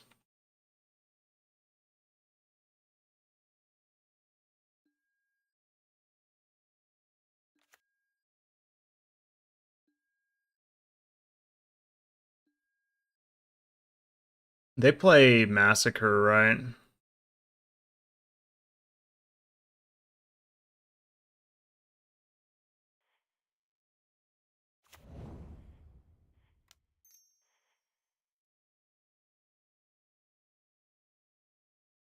Is there any point in playing Greasefang? I mean, like, if I draw a way to pitch Parhelion, then I'm obviously going to do that, and then I feel like holding Greasefang in my hand is more beneficial than playing it at this point. Because it's definitely not attacking. That's for fucking damn sure. Yeah, I'm just going to hold it in my hand. I don't think there's any reason to play it. Not with what they've got on the battlefield.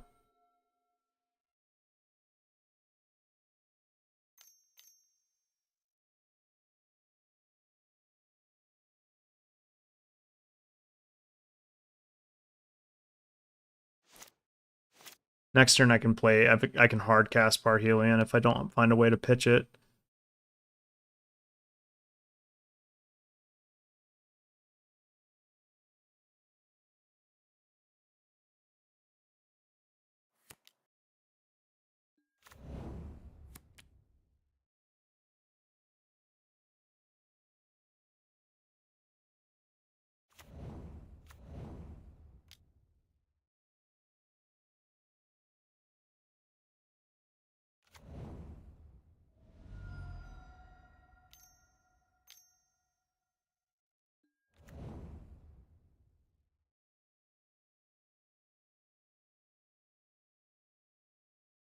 They're digging for a Mayhem Devil or something.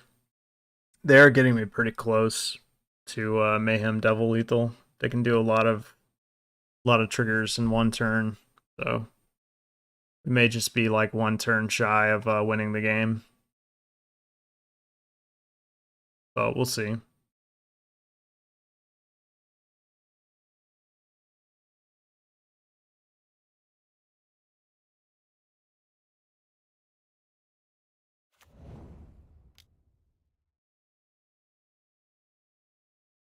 Yeah, it is annoying.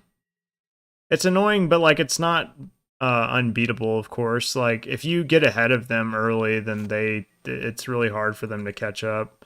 I'm also like kind of flooding a little bit, unfortunately.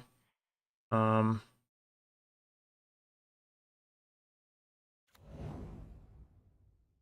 Might be close to dead, honestly.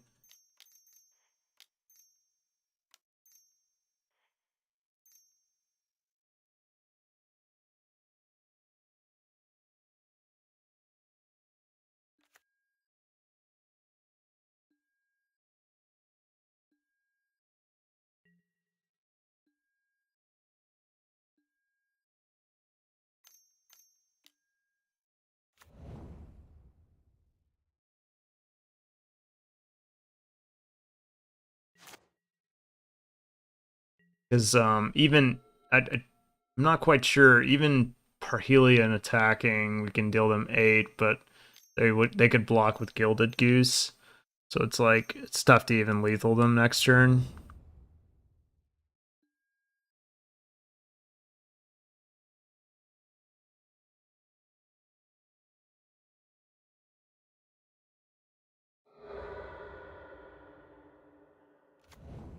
Corval blocking Parhelion isn't a big deal because I can just get it back with Greasefang.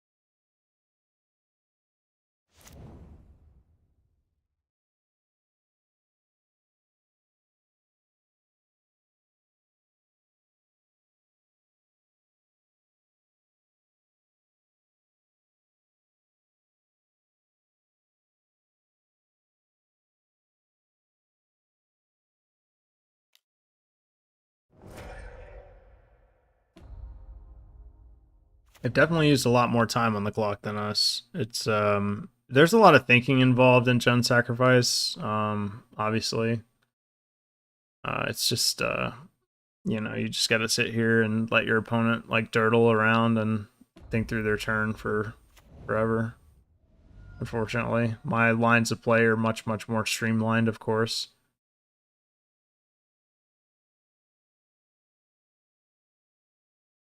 Them showing a fatal push makes me think that they probably have another one in hand. I'm not sure though. They have drawn a shit ton of cards, so I think I'm just dead though, honestly.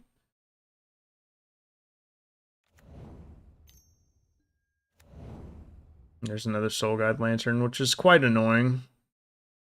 Because we had the Greasefang backup plan for when we swing with Parhelion.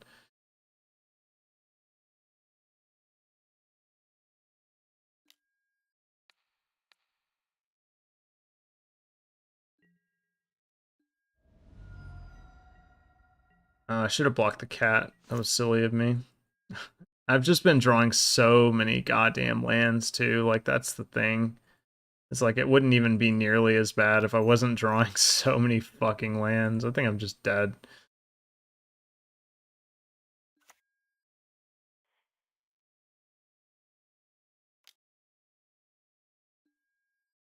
Of course they block with Corvald, but I just have to do this anyway.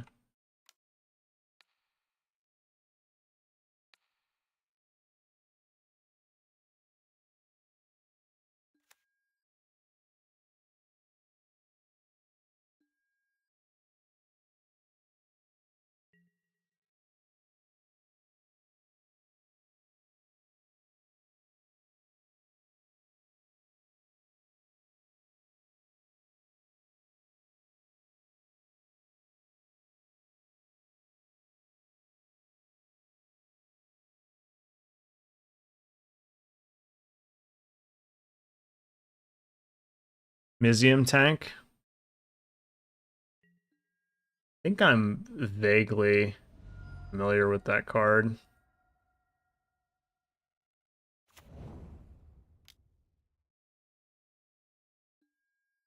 Mizium tank.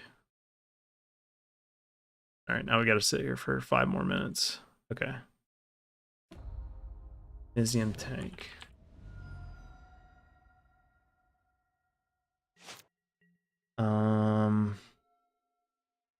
Mizium tank. Whenever you cast a non-creature spell, put a +1/+1 counter at crew for 1. Yeah, I mean it definitely could. There's like a lot of different ways you could like build this deck, honestly. It's like it's interesting how like you could go a few different ways about it. I've thought about like a lower to the ground build of Greasefang as well. One that just plays like regular Heart of Kiran slash like Toolcraft Exemplar, you know, just like old school Mardu vehicles was.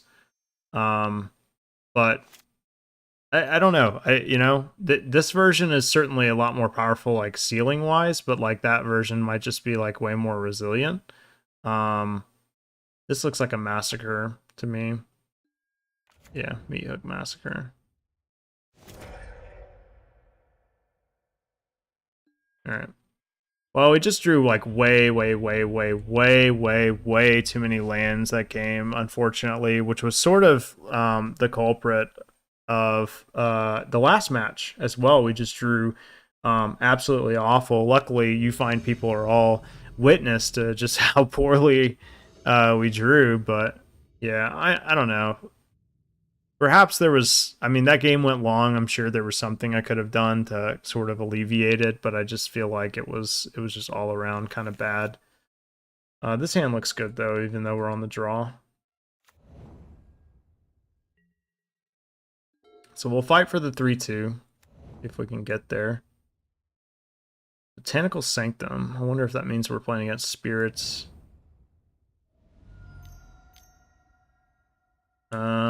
It's this deck. Very cool. I believe we're playing against Hidden Strings. Okay.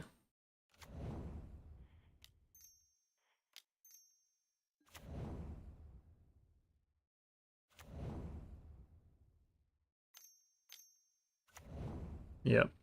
Lotus Field time.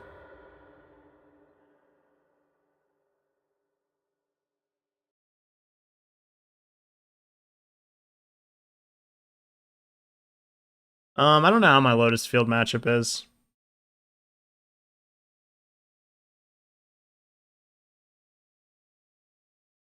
Yeah, I mean, I guess you're relying on like the blood tokens and stuff, and the deadly disputes to get you through the floods, Patrick. But I agree, it is susceptible to flood. I've gotten flooded a handful of times with this deck. I do want to try the Esper variant. I'm not quite sure how good that deck is. I might just prefer it. Seems like it has better filtering. All right, well, I guess we're swinging for 3 here. Um, and then in we just play Greasefang.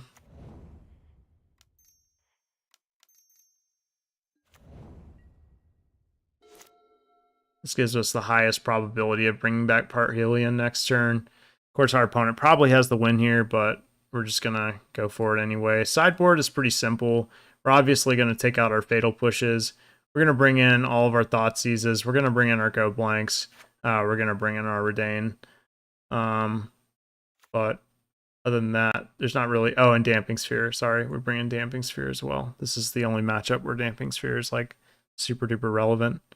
So yeah, we just take out like a lot of the slower cards. We don't need the 5-mana vehicle. We don't need Sorin. Probably don't need some of the 3-mana spells.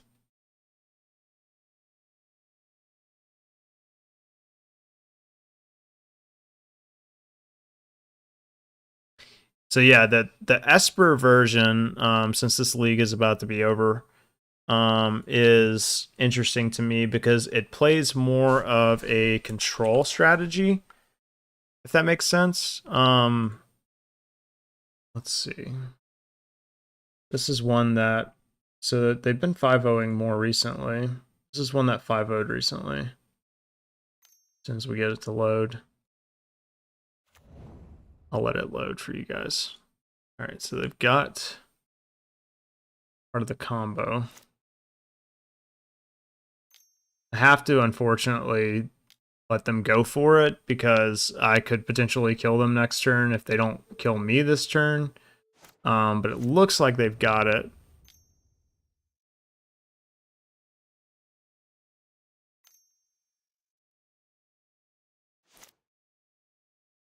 They're looking like a pour through the pages.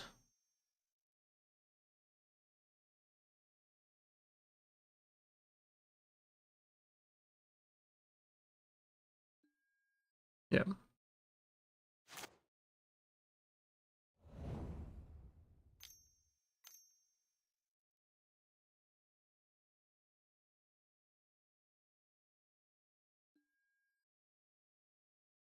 Pour over the pages, not pour through the pages might be.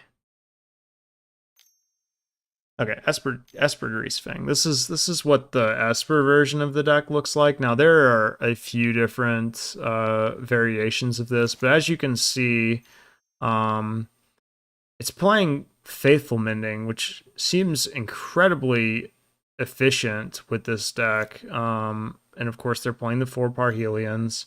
So it's just playing a control deck instead of, but it's not playing like counter magic or anything like that. Thirst for Knowledge, I didn't even know got reprinted. That's wild to me. There's a few different iterations. Narset seems interesting. I don't know about the Karn build. The new Tezzeret seems cool.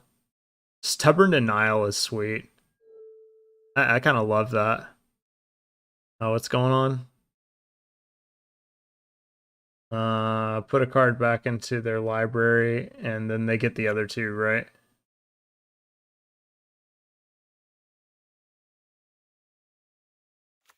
Um. Oh yeah, yeah. So we'll just put Omniscience back in their library, and hopefully they don't kill me. So yeah, I like this version. Only 22 lands. Skyreach, Sanitarium, Narset. That's kind of cute. I don't know if it's good.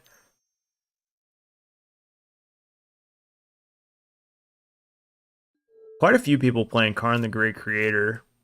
Karn the Great Creator does not strike me as a good Pioneer card.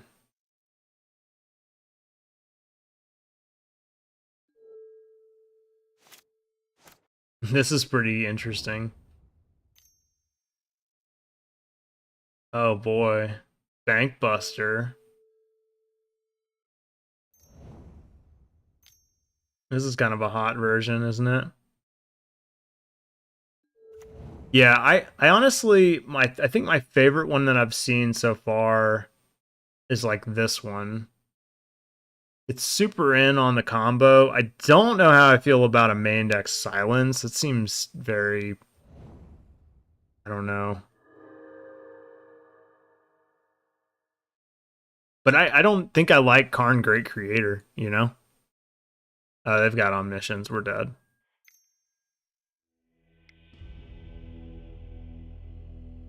Okay. Easy. Bring in the Thoughtseizes. Take out the Sorin, take out the Sky Sovereign, bring in the Go Blanks, and we just gotta make room for Damping Sphere and Redain. Which I think we can probably cut some number of these. Actually, Deathly Disputes are probably the cut. I think. Right?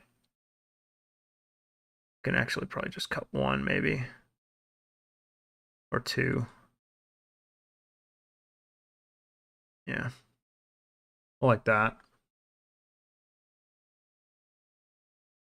You like Esper better? I could see that. Esper seems to be more... How should I put it? Seems to be more like efficient with its filtering. Like you're kind of eliminating the problem that like this deck runs into where you just kind of end up with a handful of nothing. But I could see this version just sort of getting run over. But not a lot of people are playing aggro. And it seems pretty decent against like Winota. But I do want to try it out. What do you guys think?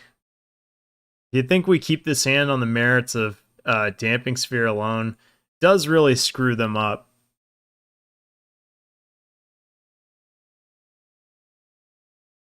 I'll keep it for science. This hand is... Oof, this hand is not great. Not really where I want to be.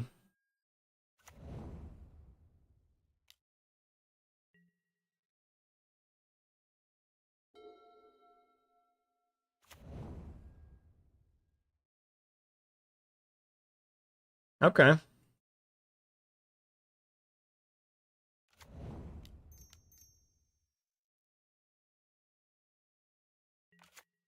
I'm not going to lie, I was a little worried about Spell Pierce there.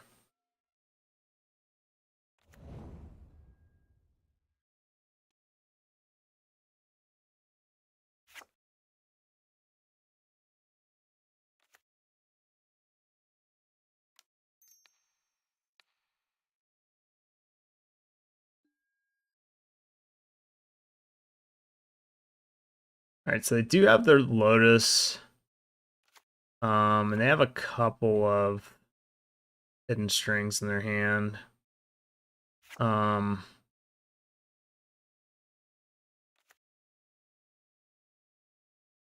do we hit here? Could take a hidden strings. Or we could just take their payoff. And they have Balaged Recovery. So they get Lotus Field.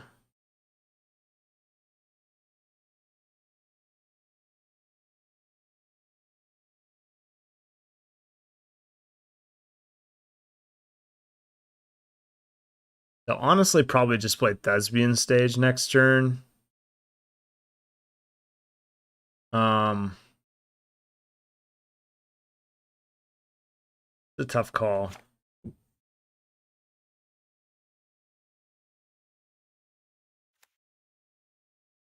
I'm gonna take the hidden strings. It's just gonna be hard for them to do anything without, you know, those cards. And then I'm gonna pass. I'm just gonna hope that basically we get this Blood Tithe Harvester online. We're able to pitch. Oh, they played Blast Zone. Oh, okay, they want it. That's right. That makes more sense. Seer Step Pathway. Go Blood Tithe Harvester. They're gonna put a counter on Blast Zone because they want to get rid of Damping Sphere.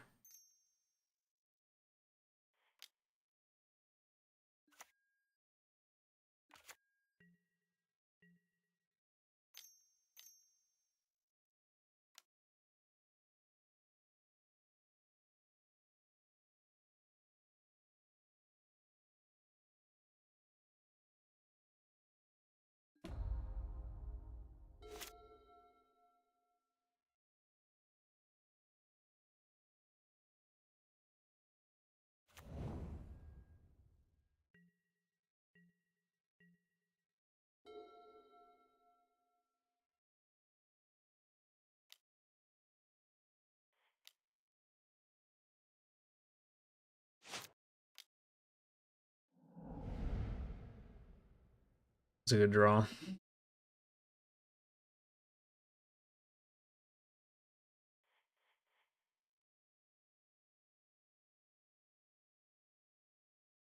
Don't know though if I think they might have me.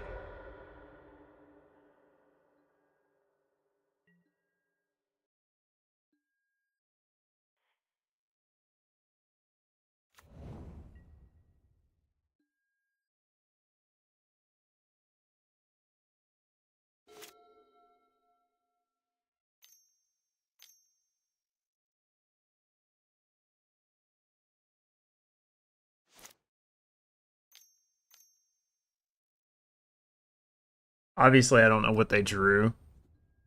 I know they have hidden strings. I know they can do Thespian Stage, Lotus Petal, or whatever. So we'll see. It's gonna be close.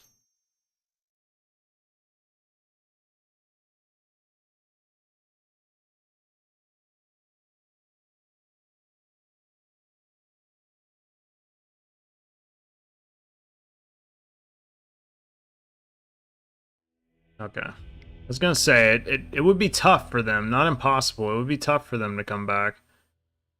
But like I said, not impossible. Okay, I mean, I like that configuration. I could definitely see like taking out a Deathly Dispute. Um, Deathly Dispute doesn't seem like at a premium here. And it's possible that, you know, you might even need to take one out for like a Sorin or something. I don't know. I'll just leave the one in. I know it's awkward, but I don't really like Deathly Dispute here. I think it's a little too dirtily. I say that, and I have one in my hand. Of course, I'm going to mulligan this one. I have to have some kind of interaction in this matchup. I can't just keep a hand that's like decent. Like this one's okay. But let's see. Did our opponent keep 7? They kept 7. So, do we keep on the merits of potentially having a turn 3 Parhelion? Or do we multi 5 and hope to get some interaction and play?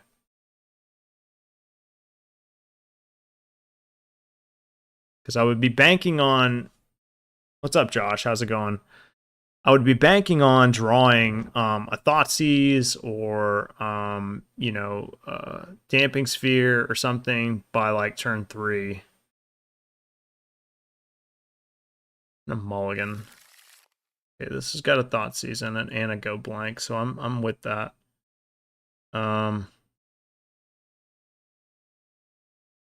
Think you keep it? I shipped it back, of course. I am going to. The question is, do we keep Redain? Or is it Blood Tithe Harvester that needs to go back? I like that Blood Tithe Harvester starts to pressure them. Dane is very, very good, but so is Go Blank. The Thoughtseize is a no-brainer.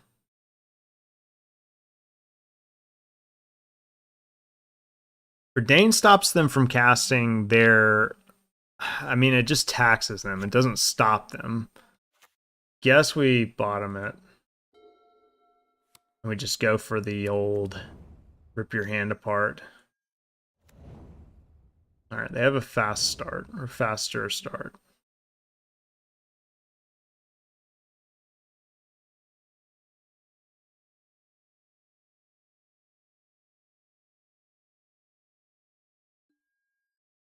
Here's another Thoughtseize.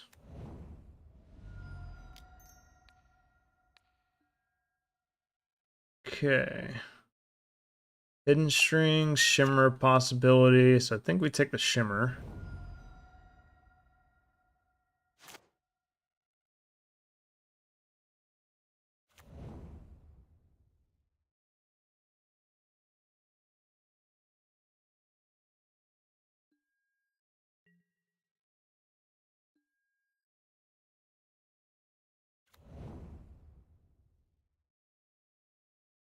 If we hit them now with the Thoughtseize, I'm just gonna play the Blood Tithe Harvester here. I'm gonna start getting in some damage. They didn't play Arboreal Grazer, meaning they didn't draw a land, so or likely didn't draw a land.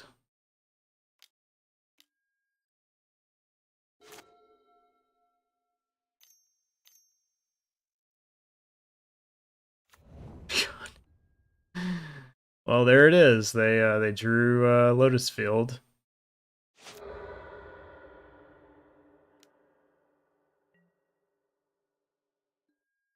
Okay, well, I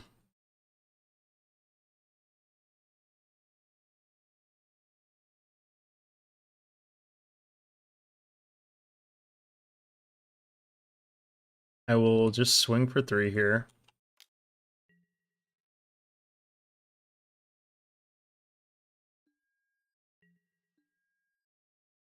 I think it's actually more correct to Thoughtseize this turn. Mana-wise, it's better to go blank. But if I go blank, they're going to discard Arboreal Grazer and card. And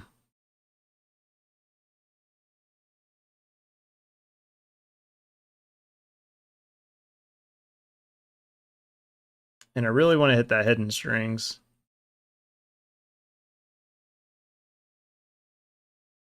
Also, it exiles more cards. If I go blank next turn.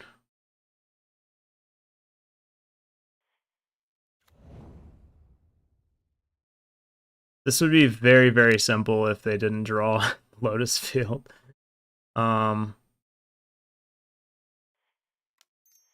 Yeah, I guess I go blank now. They're just gonna discard Arboreal Grazer and another card. Hidden Strings, okay. Just ripping it. They're just ripping it off the top.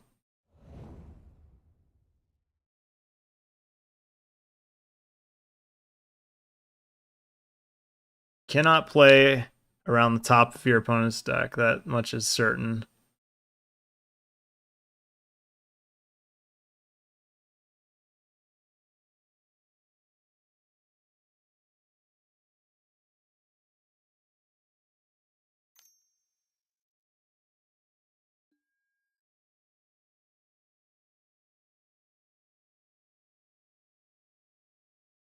They go and get another Thespian stage here.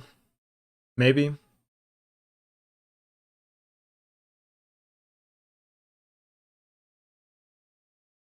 It would give them a ton of mana.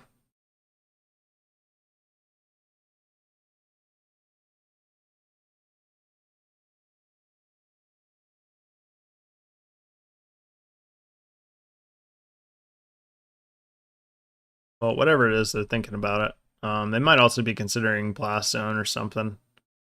Something to like improve their resiliency against like whatever I may have or draw.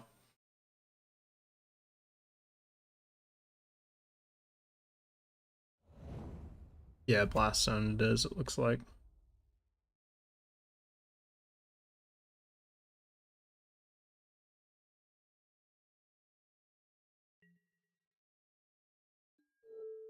They didn't go off. I am going to pitch a card here.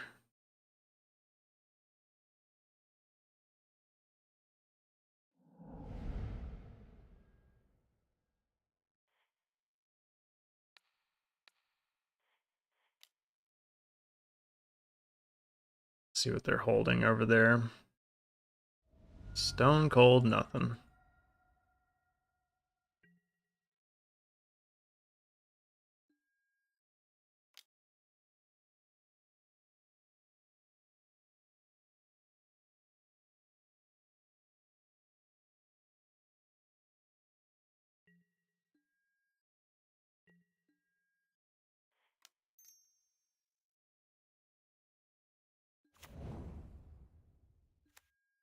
Keep this land in hand.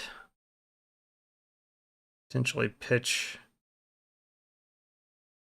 something more relevant next turn. If we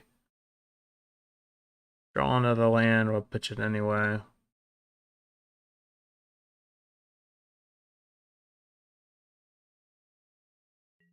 gonna keep the land in hand.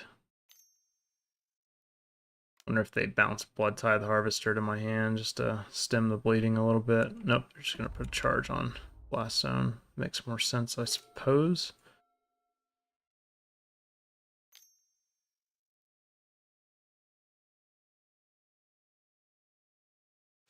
Okay, looks like they're just cycling here. All right.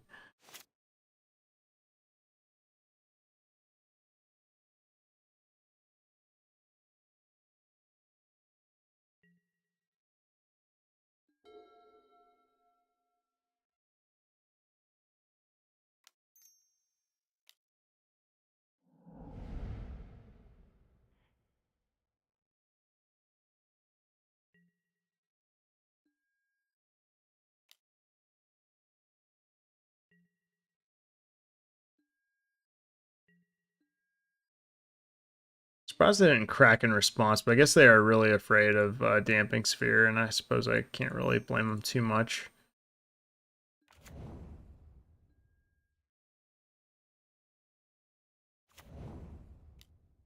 Alright, well, my hand's on the table.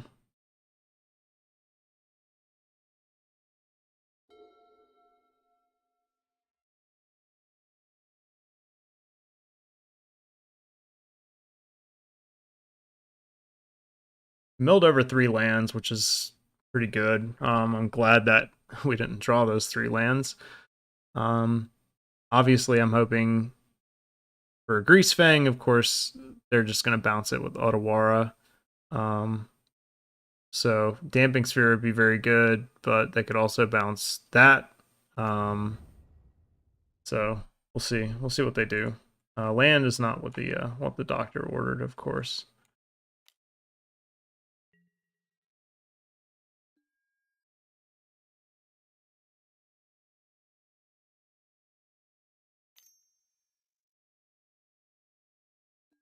I was gonna say I'll be surprised if they keep taking these hits from Blood Tithe Harvester.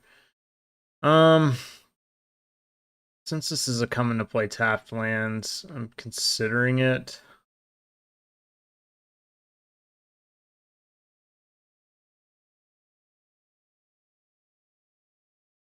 Keep it in hand.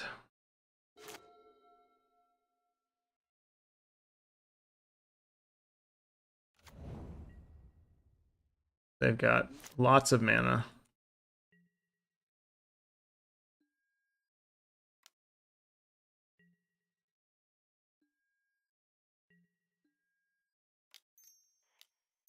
So Damping Sphere is pretty pathetic right now.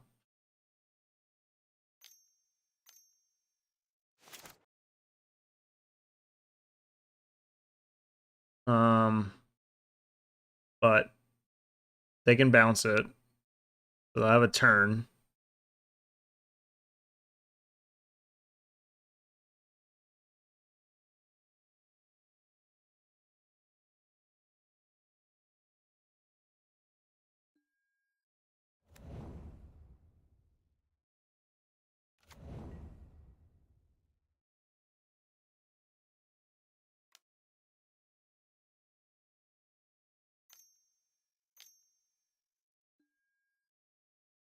Interesting. I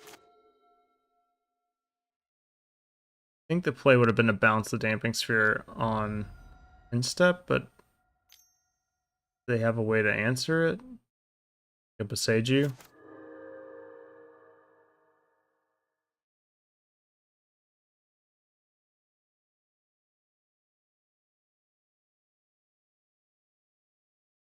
I think they might have been confused on how Damping Sphere works with Lotus Field. Because I assumed they were going to Otawara it on my end step to put it back into my hand. But they did not do that. They opted to copy their Lotus Field instead, which I thought was interesting.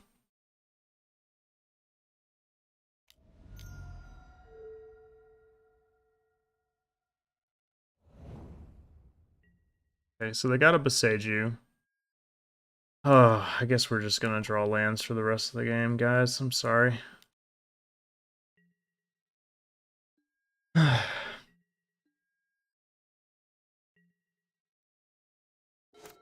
might be in trouble.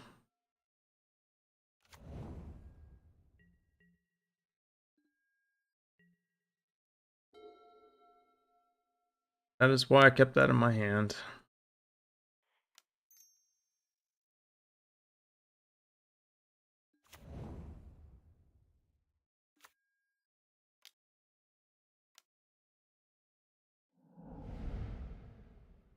Of course, that doesn't help me at all. Never casting that.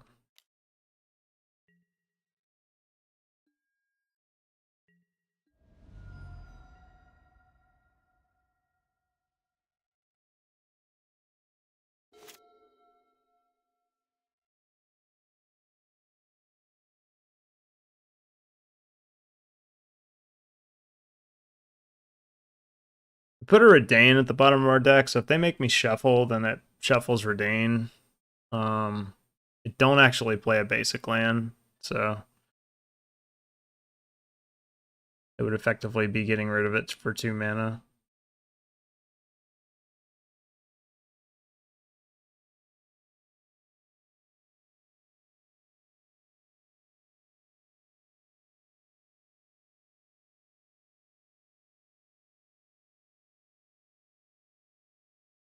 Arboreal Grazer really earned his keep, huh? It's blocked like a shit ton of damage this game.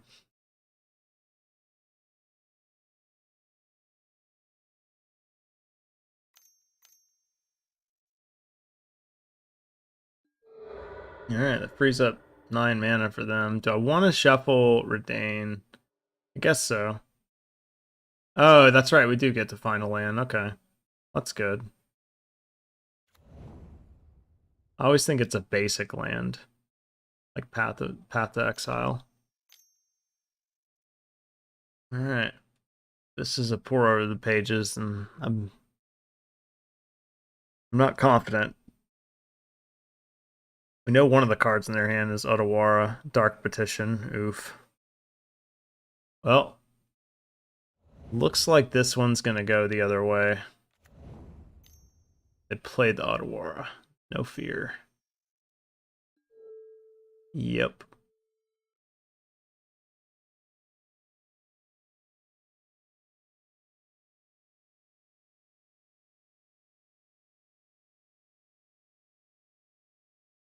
So close. So close.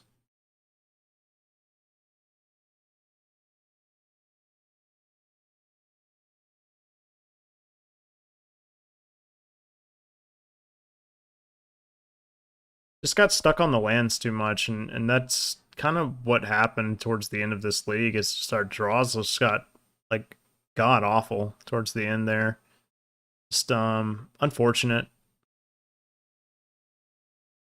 Certainly can't do much about it in Mardu, and that's one of the merits, I guess, to playing Esper, right? Is that you can smooth out your draws just a little bit better. And that's part of the reason why I wanted to try the Esper variant and see if it was better.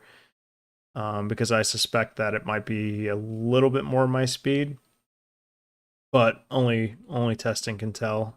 But I do want to try it out. My opponent is thinking about this search, as they should. And while they do that, I'm just kind of looking at other decks at the moment. But I'm pretty sure we're dead. And the fact that they get to cast a spell is usually GG's. Usually GG's.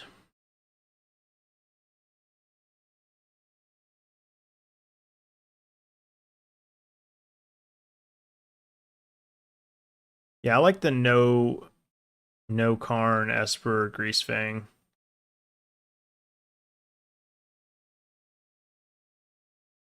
Faithful Mending. The Reckoner, Bankbuster. I'm a little intimidated by that card. I don't know.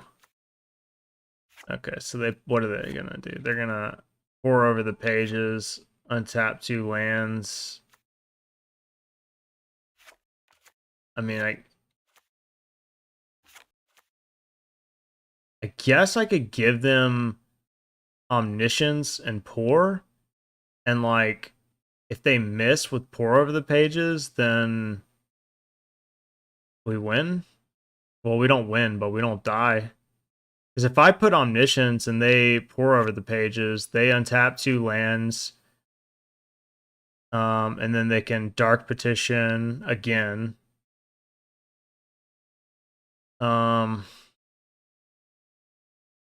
They would have 6 mana, so they could go like 3 blue, 3 black.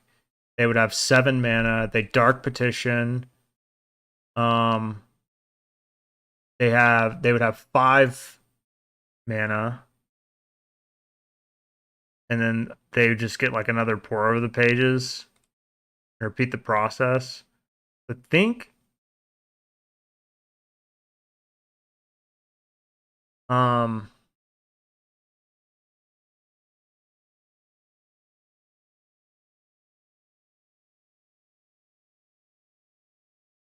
I guess if I give them Omniscience, they can just cast whatever anyway, right? Yeah. I'm just gonna give them Omniscience and pour over the pages and hope they miss.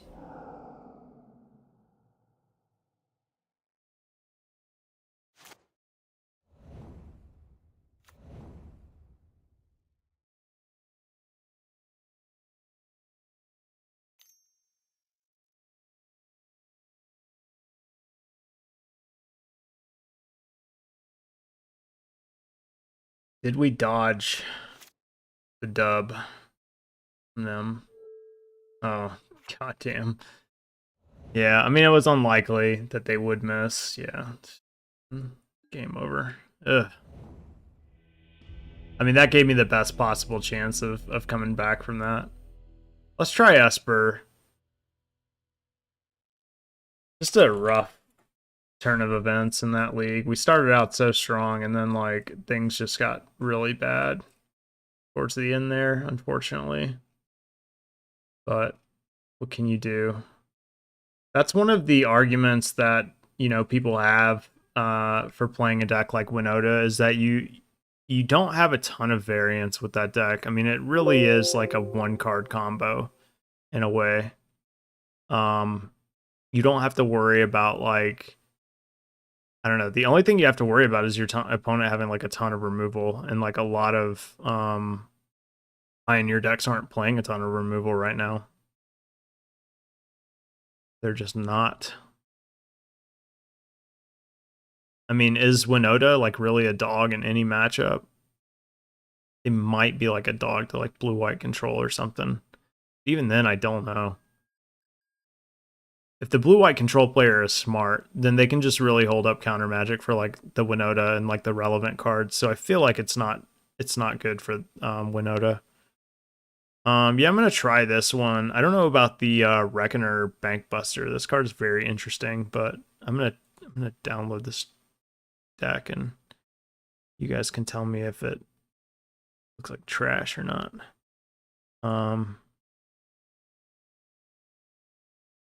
Because the Karn versions, I mean, as cool as this version is, like with the stubborn denials, kind of show you guys what I'm talking about. I just don't like Karn. And like the Narset, 22 lands is so few. That's just so few.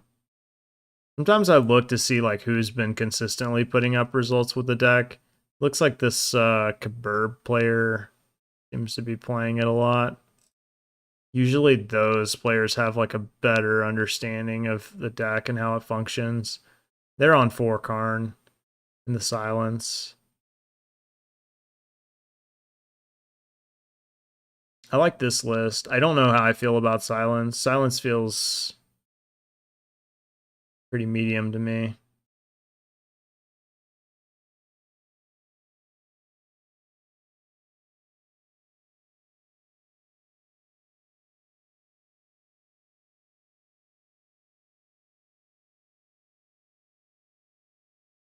Whole Breaker are all right.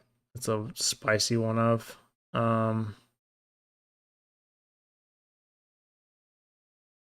Yeah, and the Tezzeret Plus is pretty sick in this build. I mean, I don't know. Maybe I'll like the silences. It does stop people from interacting with your combo. Like, that's part of the reason why this deck can be soft is because like people can just interact with you. Like they can, okay, you play the Greasefang, okay, sure, like before combat, kill it, you know, and that's like something that you sort of are like, okay, whatever, you know, it happens. But in this build, you know, playing the silences, you can also kind of get people who are on combo decks as well.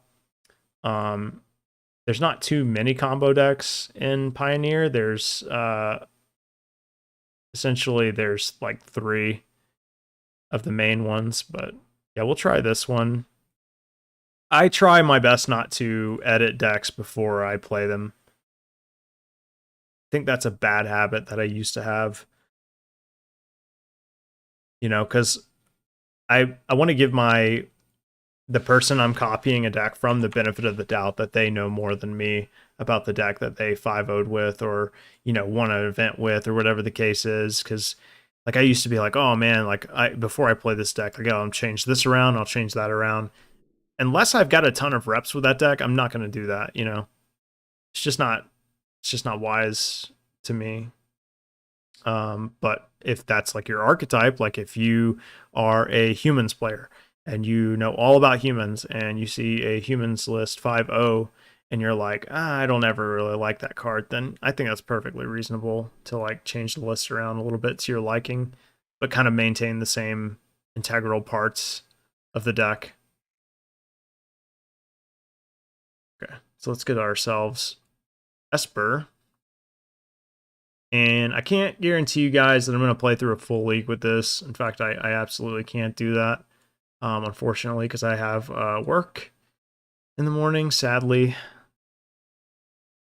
But we can definitely play some games with it and give you guys a better understanding of how the Esper variation of the deck works. The other day, I think I 4-1 twice with the Mardu version. I can't remember what I lost to.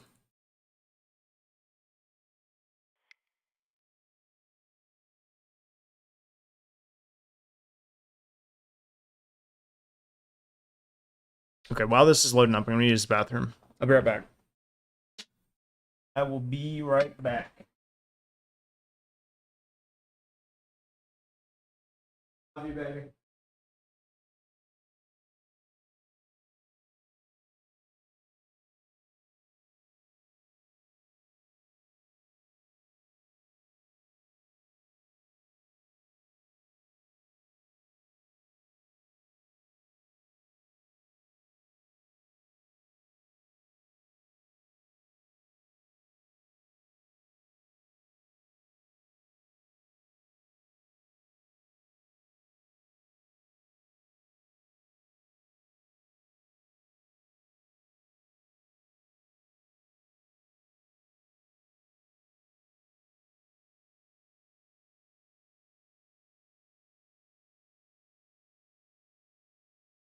I don't know. Maybe we'll watch something.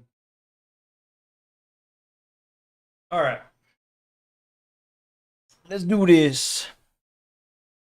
A new subscriber, Jordan Grayson. Thank you so much. I do run simultaneous streams on Twitch, YouTube, and Facebook Live. So if you do see me like or hear me say like some random subscriber or follower or like or anything like that, don't be confused. It's probably from another streaming service. But yeah, I'm interested to see how the Esper version functions. You know, it's been on my radar for a little while, and seems like it could be good.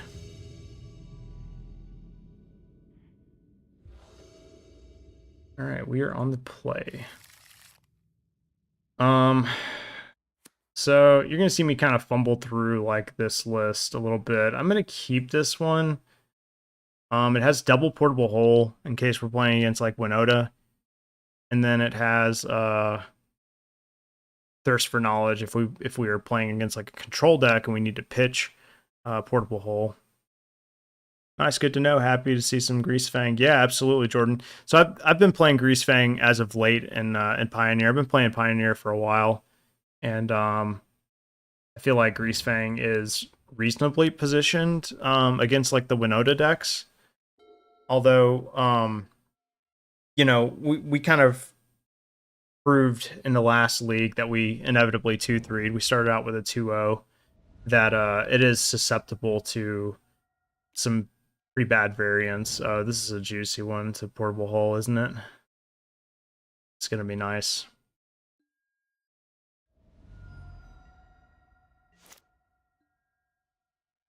Oh, and there's a Greasefang.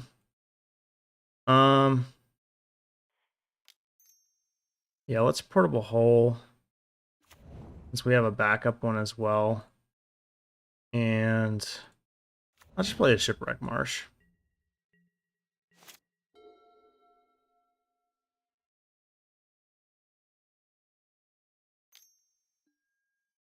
Sure.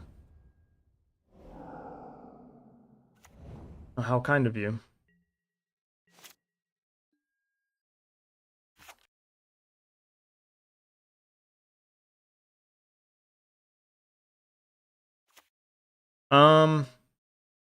Think I'm just gonna Thirst for Knowledge on their instep and hope to hit a Parhelion.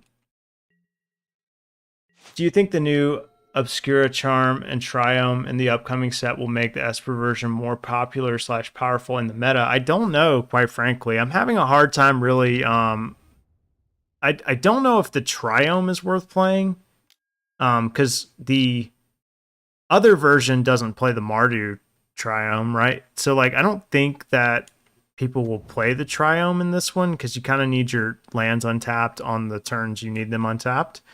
But as far as the charms go, you know, it's hard to assess whether or not they are like really good or just okay. So I think only time will tell. I don't try to speculate too much.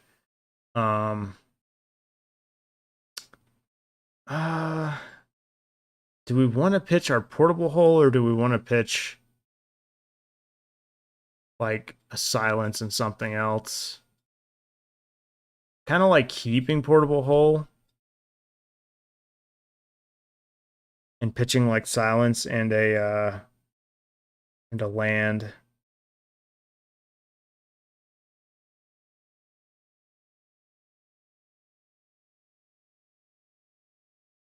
They've only got 4 cards in their hand.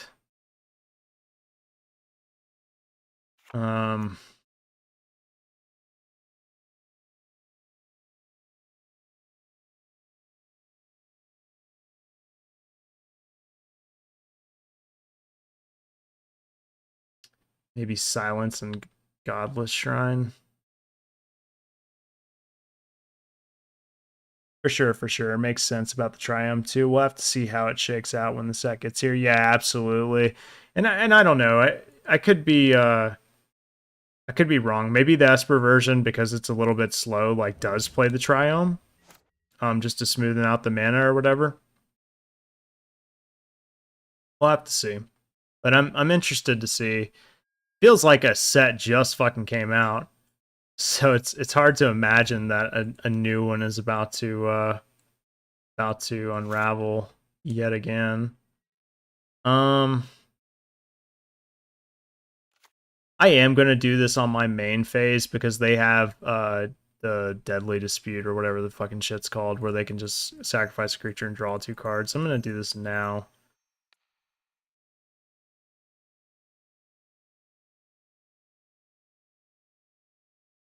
Just get rid of it.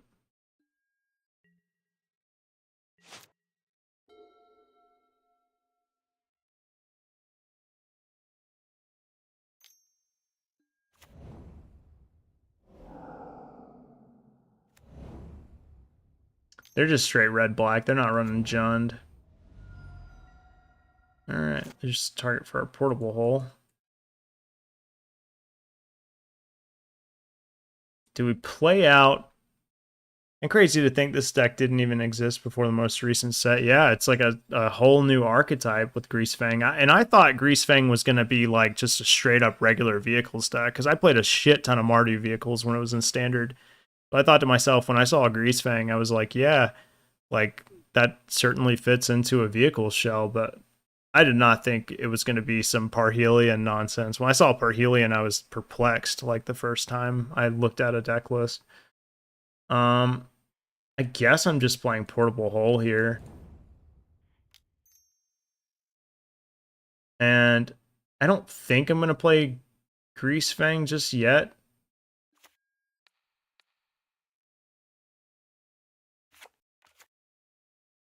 Unless they sacrifice... they're going to Deadly Dispute. Yeah, I was kind of worried about that. This list could play Yorion too, but although you are a combo deck, so it's probably just bad. I don't want to leave my Greasefang susceptible to getting Fatal Pushed, which I guess they could always just crack a Treasure and do that anyway, but... Man, they're going in on these synthesizers. Which is Oven. Sure.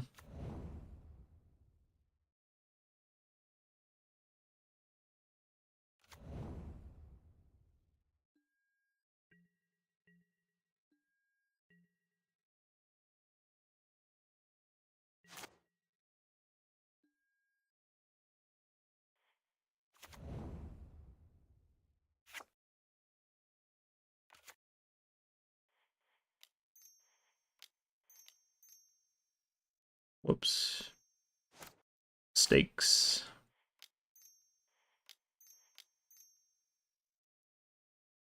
Since we have a backup, you know, I don't feel any need to like hold both of them in my hand. And it's gonna allow me to start like actually attacking. If they queue up the Den of the Bugbear here, we kill it for sure. Man, they're just hitting them land drops off of those synthesizers, right?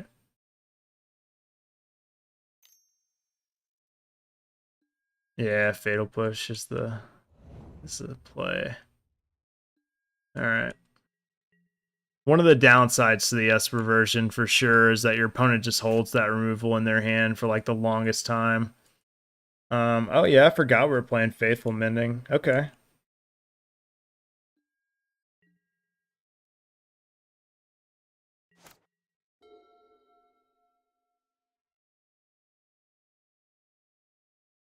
It's a really cool card. Really, really strong in this kind of deck.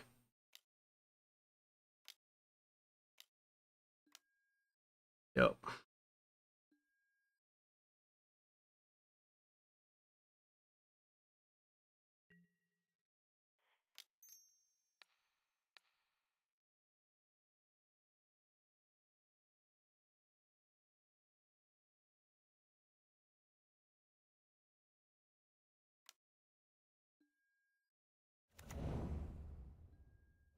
Don't know if we cast Faithful Mending yet. I'm kind of tempted to.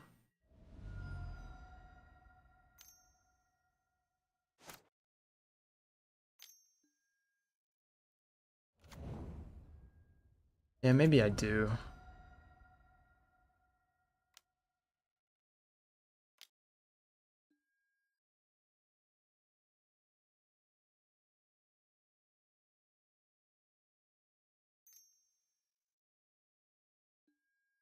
Thoughtseize. Now we definitely can't cast it. They're gonna take Greasefang. We do play Sorin.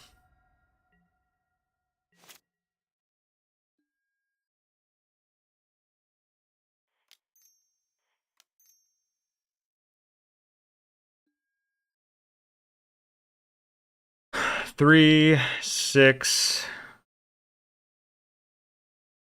Hmm.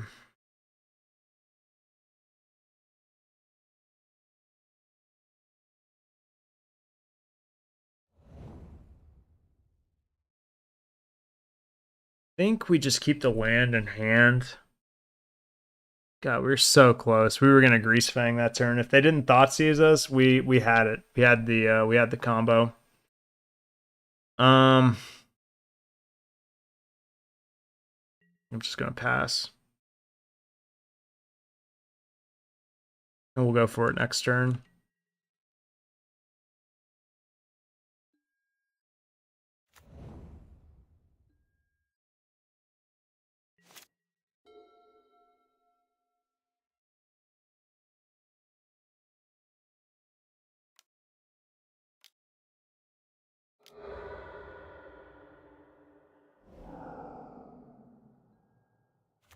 These synthesizers did work for them. Absolutely did work.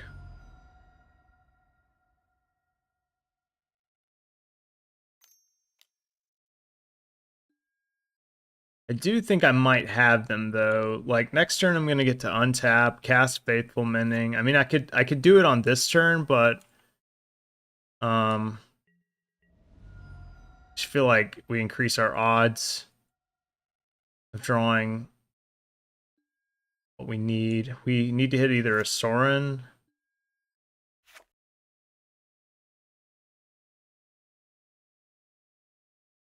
His power is 4/4. So we could use it on Portable Hole.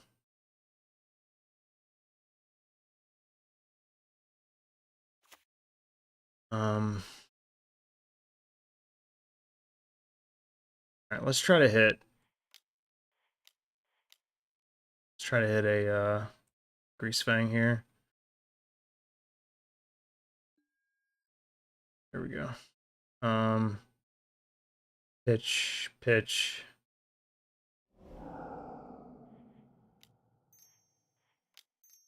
Cast Greasefang. Pray that our opponent doesn't have another Fatal Push in their hand. Okay.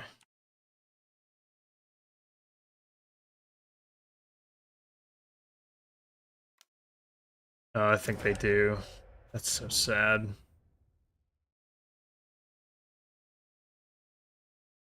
Oh, that's so annoying.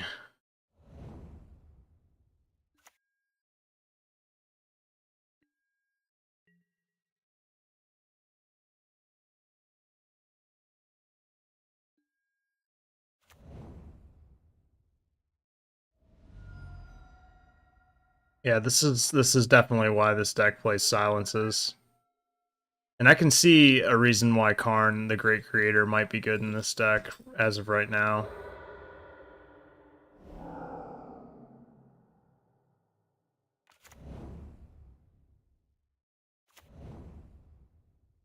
Definitely bringing in the cages here. Fracture, probably worth it. Supreme Verdicts.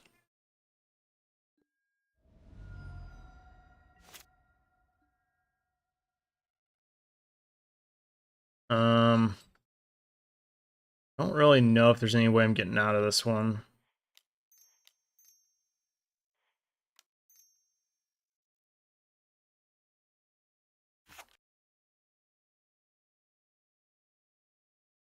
Draw 2 cards and discard a card unless you discard an artifact card. So we discard Parhelion and we can play like whatever.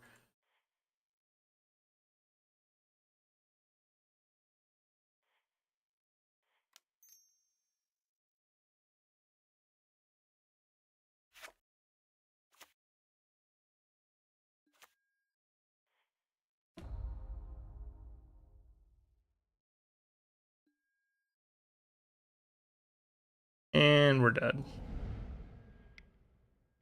Okay.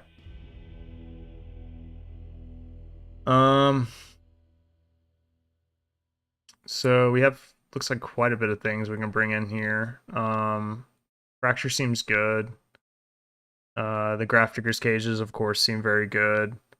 I think this is definitely a matchup where Supreme Verdict is good.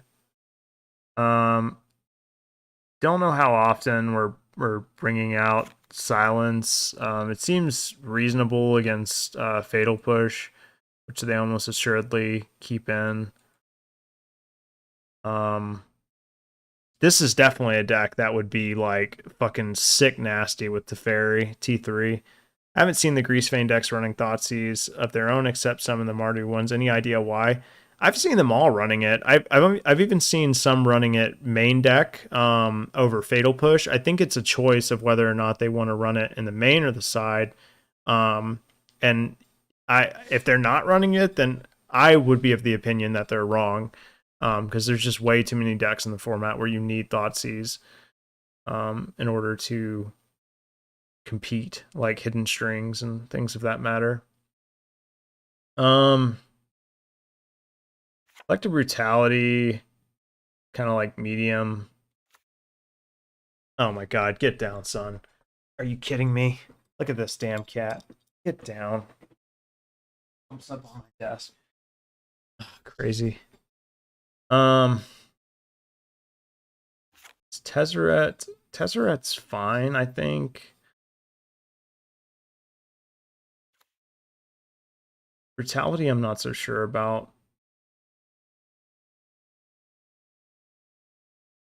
I mean, they're interacting with me, so Silence might just be like worth keeping in some capacity. It's just my least favorite card.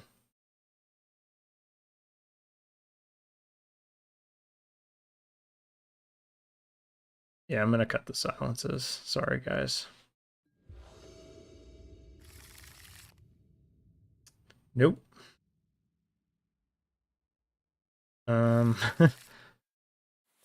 Like, I don't want to really go to 5, but this hand is like pretty awful.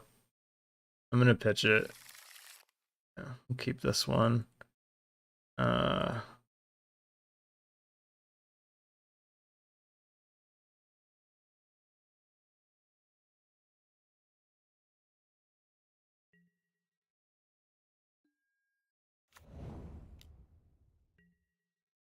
Sand has a lot of potential, but like it's susceptible to a Thoughtseize for sure.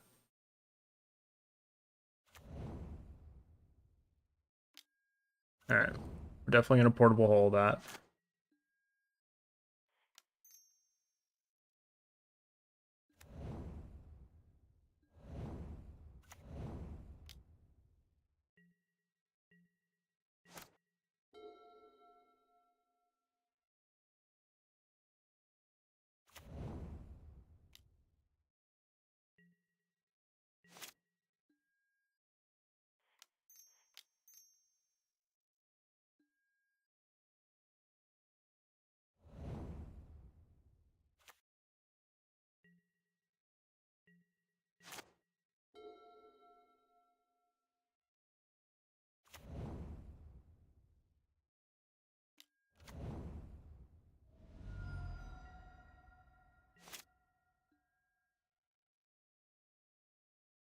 I think I'm gonna hold the Faithful Mending and just miss the land drop.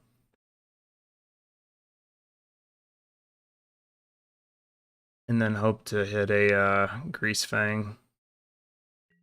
We can also hold up Fracture, which is kind of nice. Because if they try to queue up the Hive. Oh wait, we can't kill Hive. Well, fuck what I said then. If they queue up the Hive, then I'm gonna Faithful Mending in response.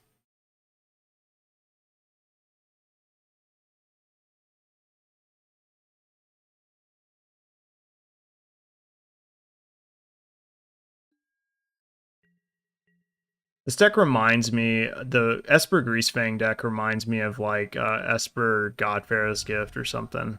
It's like trying to do something really powerful, and it's running like a, I don't know, it's running a very interesting strategy to get there. Do we just fracture that? I think so.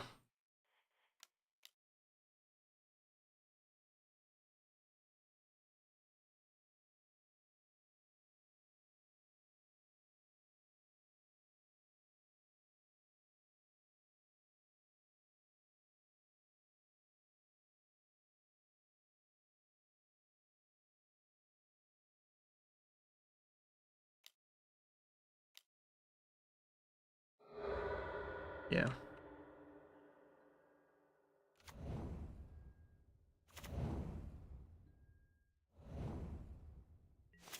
Greasefang, Greasefang.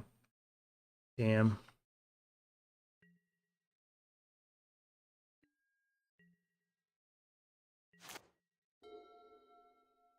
Feels bad, man.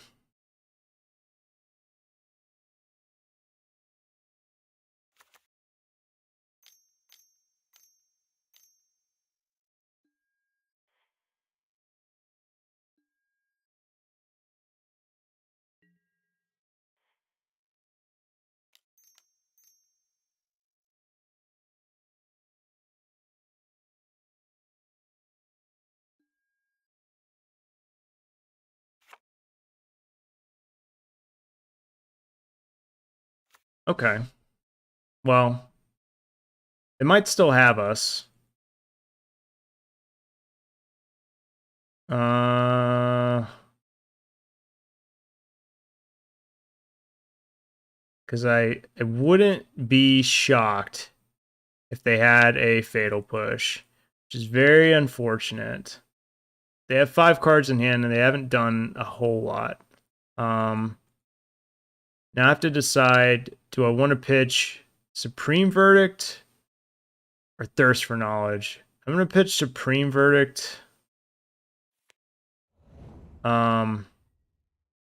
Because I can return, if I get Parhelion back, I can return it to my hand and then Thirst for Knowledge it back into the graveyard. I can also Tezzeret it, I suppose. But I have to get another mana for that. Please don't have a goddamn fatal push.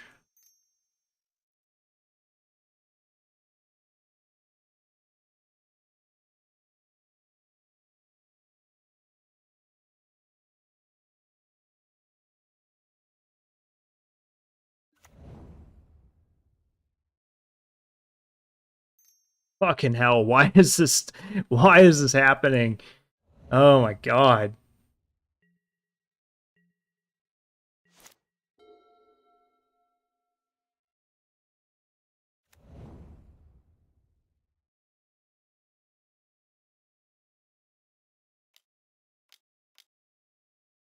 Yeah. Just keep fucking doing it. Just hope that I don't have another one, right? I probably won't. Because you know, that would be fortunate on my part. If I did. It says menace, right? It does. Could minus on portable hole. Or I could just plus. Let's just plus.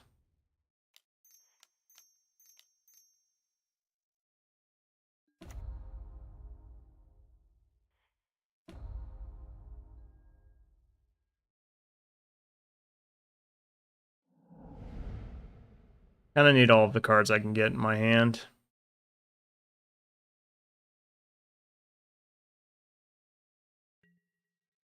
I don't know, guys. This deck feels a little clunky, you know? I don't know how to describe it. Like, the Mardu version feels a lot more streamlined. You play creatures, you somehow get Greasefang by either drawing it naturally or cycling through like a bunch of blood tokens or deadly disputes. And you combo, or you don't, and you win with creatures. But this version is kind of like, okay, I play one creature. That's the only creature that matters. And if you kill it, I kind of don't have anything else going on. I'm actually kind of shocked that they went all face here.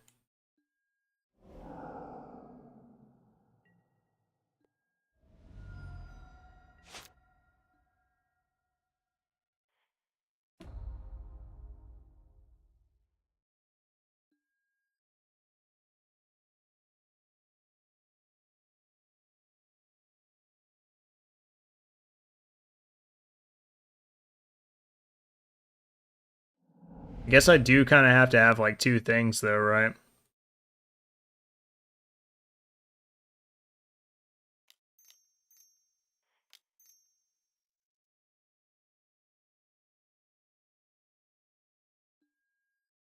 Yikes, that was just terrible. Just got smoked by like my opponent just having like a few fatal pushes. Just got smoked. I guess you can just never take out the silence. That's just what it is. Like this is just a 2-card combo now. You need silence and you need Greasefang. Like without it, you just can't win.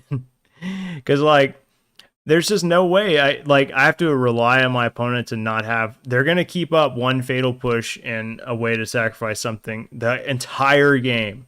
The entire game that they have it. They're never going to tap out. And so like you have to just have silence in your deck. Or in your deck at all times. I guess I keep this.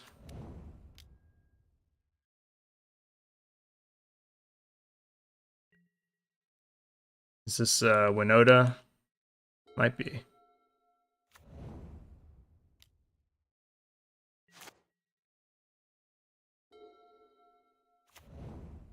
Looks like it.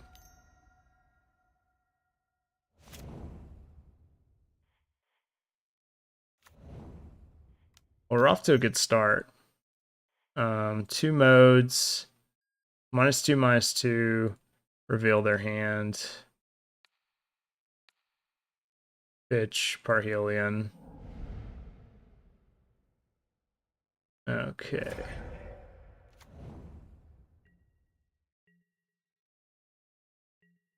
I don't have a 3rd land. Or a 4th land, excuse me.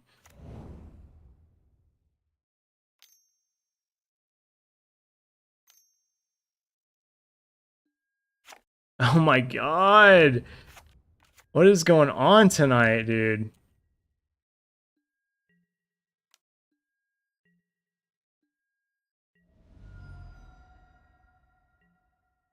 I just go for it anyway.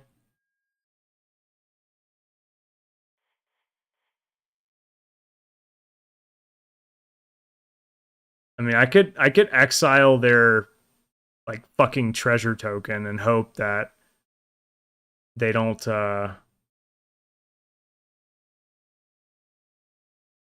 get there. I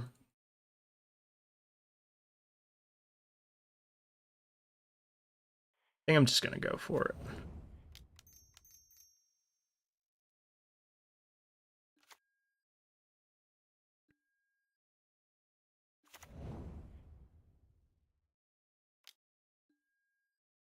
Hit you with the grease.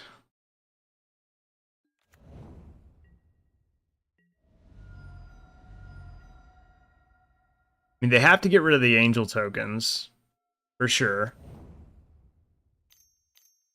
Even hitting Bigfoot doesn't do it. So they have to hit like Brutal Cathars, which they already have 1 in their hand. Kenrith doesn't do it.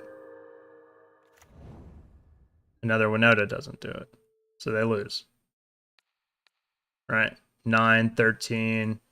Take the 13, hit you for 8.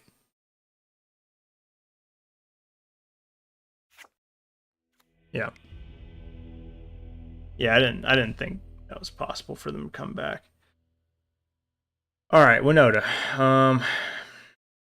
Devout Decree. It's pretty good.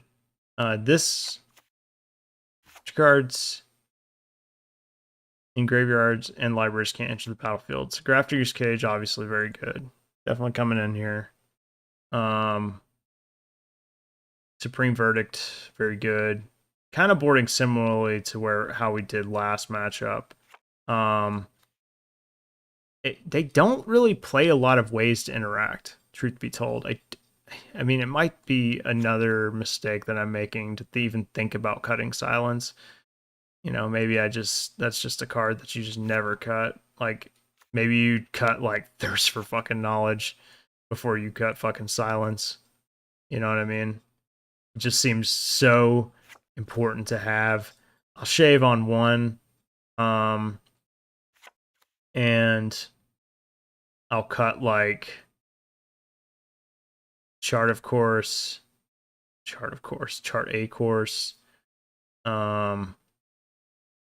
and like double Thirst for Knowledge or something. Or maybe we go down to one Silence since we only really need one. Yeah. It doesn't seem hugely important that we have Thirst for Knowledge or anything. There seems to be a lot of those effects with 4 Faithful Mendings or Faithful Mendings. And maybe we should have brought in Fracture, but I don't know. This hand looks great. This seems like a good deck choice against Winota. Now, we are missing white, but I still think you keep it. Yeah, Llanowar Elves. There's our beloved Silence that we absolutely need. Yep. Yep. You have a ton of elves.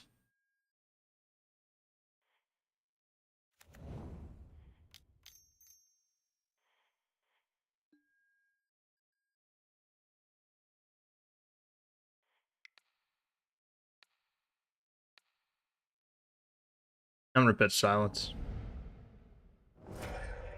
Alright, they don't have anything else going on.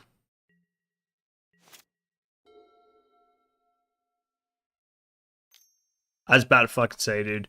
All night, people have been drawing like the exact land that they need. Like, I've been watching people with like Dead to Rights, and they'll just hit like that fucking, like, they need a mountain to even consider coming back here, and like they'll do it all night long. Okay. Well, next turn we have a Tezzeret. Okay, they did hit the mountain. They hit Winota.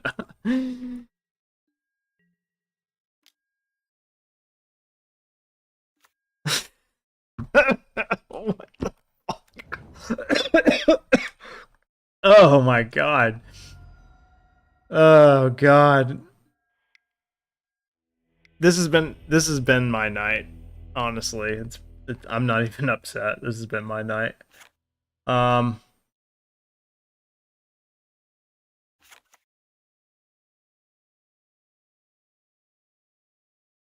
Yeah, I don't know. That was just terrible. I guess I play the Fracture for the Chariot. I was thinking about that.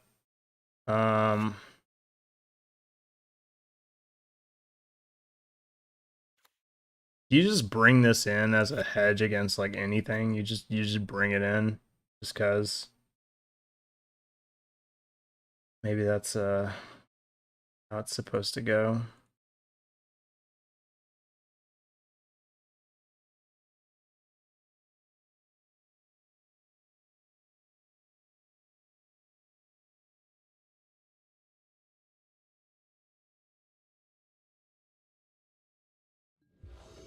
All right. We're on the play. Keep. Snap keep.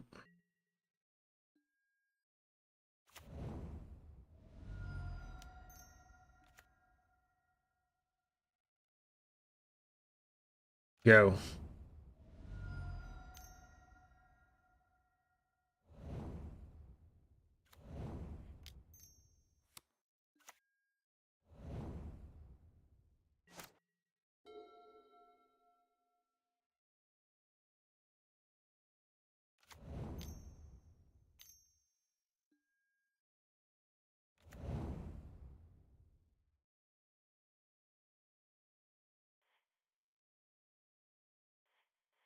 Um, I don't think if there's any reason to play this on black. I don't do.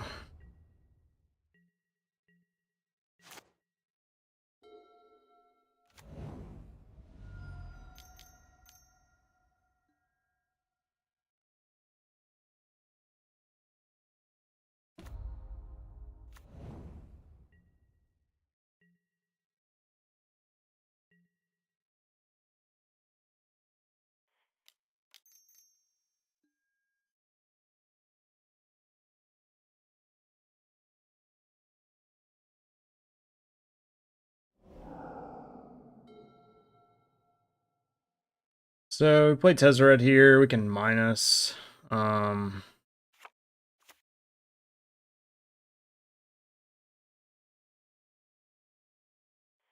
to protect it.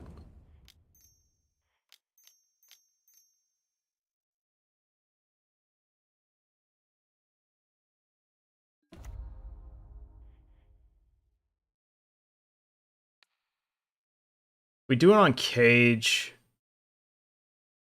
They can't volley it, but I'm going to do it on Portable Hull. And hope they don't have Rending Volley.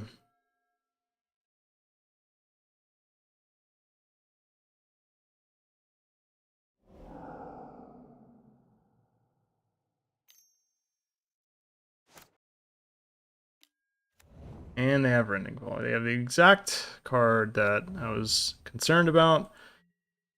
And they're going to kill my Tezzeret.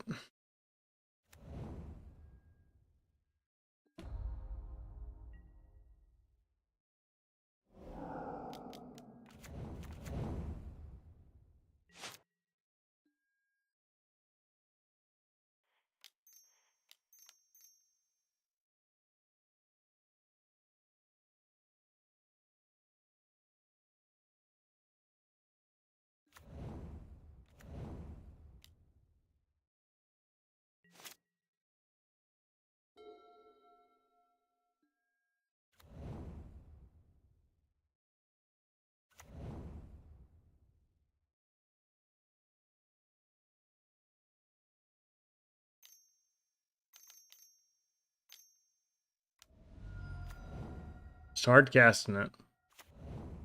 Guess that was always an option.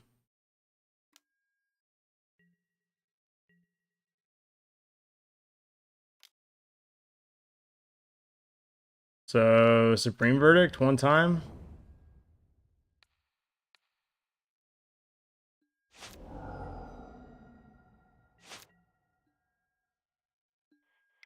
I don't know, man.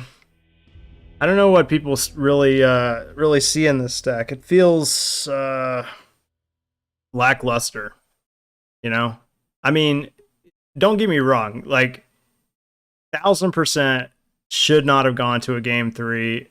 The fact that they hit what they hit was like surreal. I mean, I laughed because it's honestly just funny. It's like one of those things where it's like you can get upset that your opponent drew like absolutely insane, but like it's like why, you know? I'm just gonna laugh about it because like what more can I do? Just waste energy being mad. But like I don't know. The deck itself though doesn't feel very good. If I'm being completely honest. Maybe the Karn variant is where it's at. I'm not sure. I'll keep this. I'm gonna keep giving it a shot, you know. I'm gonna it's 2 matches.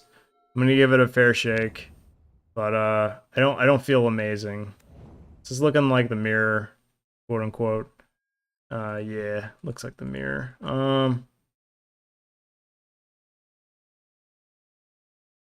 Do we portable hole this? I don't think so.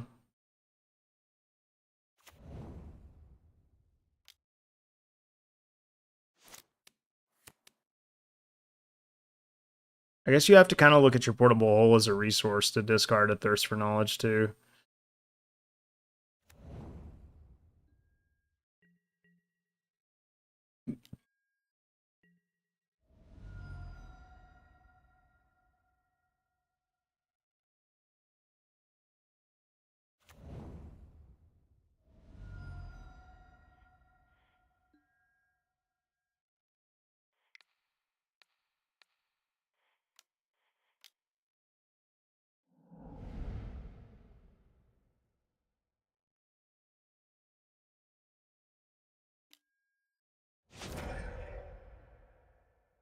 All right, good. They missed.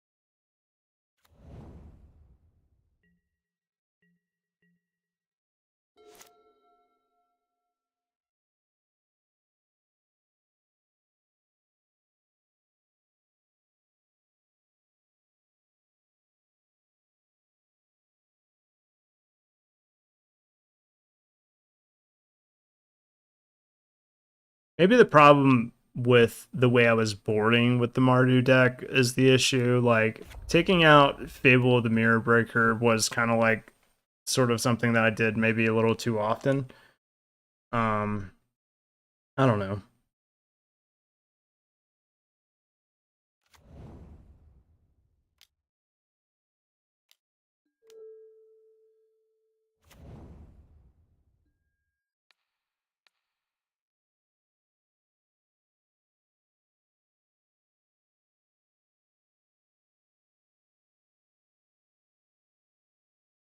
Maybe we're pitching Soren here.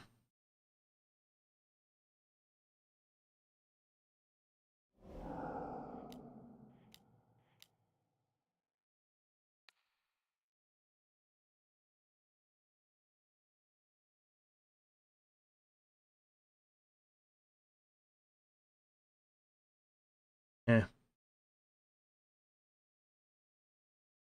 I guess with Soren in hand, we can thirst for knowledge and then throw out a Greasefang.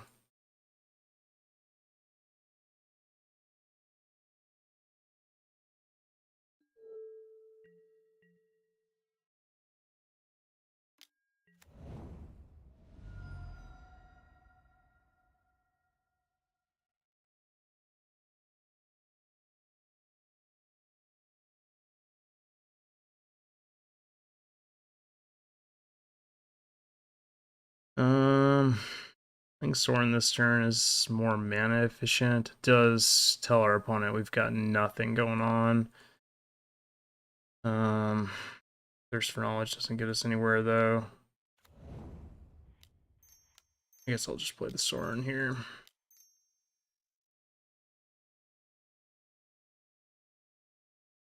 Yeah, I think I might be on the Karn version. You know, Karn would have been dope here.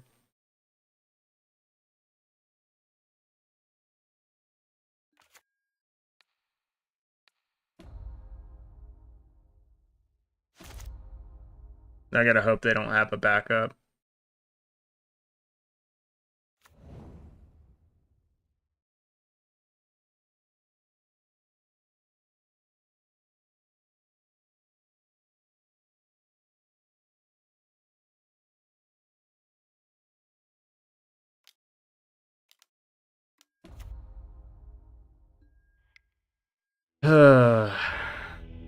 It's one of those nights. One of those nights. All right, the go blanks come in. The fracture. Don't think this is like a veto matchup, to be honest. Portable hole, I'm kind of unsure about as well, honestly. I don't know. This is a weird one. Spring Verdict's probably worth bringing in.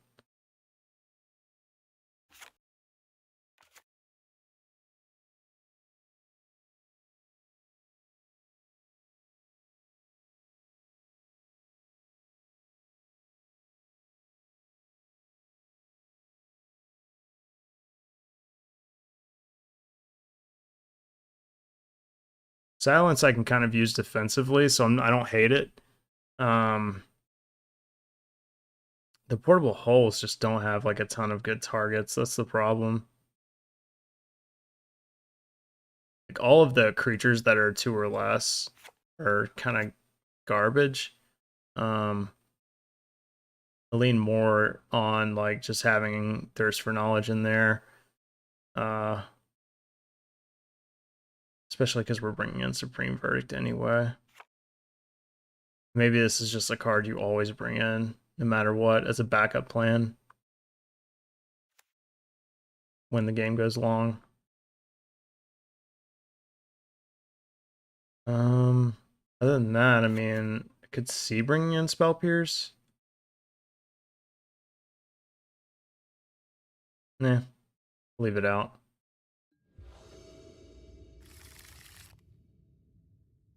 Sure, I'll keep it.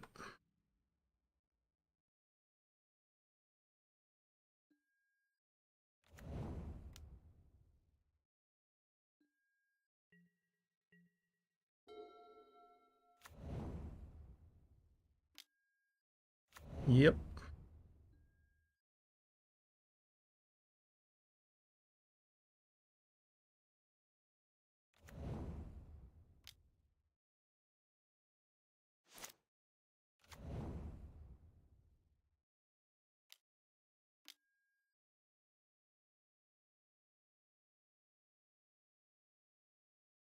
No. Are you serious? Did I really just leave myself open to that? Oh my god, dude. I cannot believe I let myself fucking lose to Can't Stay Away. Fucking heck. Yeah, that's on me. That one's on me. That one's fucking on the house. God, I'm so fucking bad. I don't know why I didn't think about it. I was like, yeah, you know, like they probably take that card out, but I don't know. It just didn't occur to me. Then again, in order for that play to happen, I have to remind all of you, they had to mill both Greasefang and Parhelion off of the zombie. So highly, highly, highly unlikely, although I did see it in their graveyard, so technically I should have played around it. That's the end of that conversation, I guess. Yeah, I don't know, man. I don't know if it's a combination of, like, it's probably a combination of a lot of things. It's like the way I'm playing, the deck being bad, and the variants. So there's 3 bad things happening right now. I'm one of them, but I'm just not on board with this Esper deck, man. I don't know. It's 10 o'clock. I think I'm gonna call it, guys. I hope it was entertaining. I I don't know. I'm not a fan. I'm not a fan of the Esper Greasefang. Gotta say, if I was gonna play Esper Greasefang, I guess it would have to be the Karn version, which seems to be growing more popular. I don't agree with this person's version. Not saying that they didn't think about it or play the deck well. Probably something like this. Although, I don't know, man. I feel like any deck that you have to play this main deck is probably not the one. But people are 5-0ing with it. People are putting up results. You know, fading hope.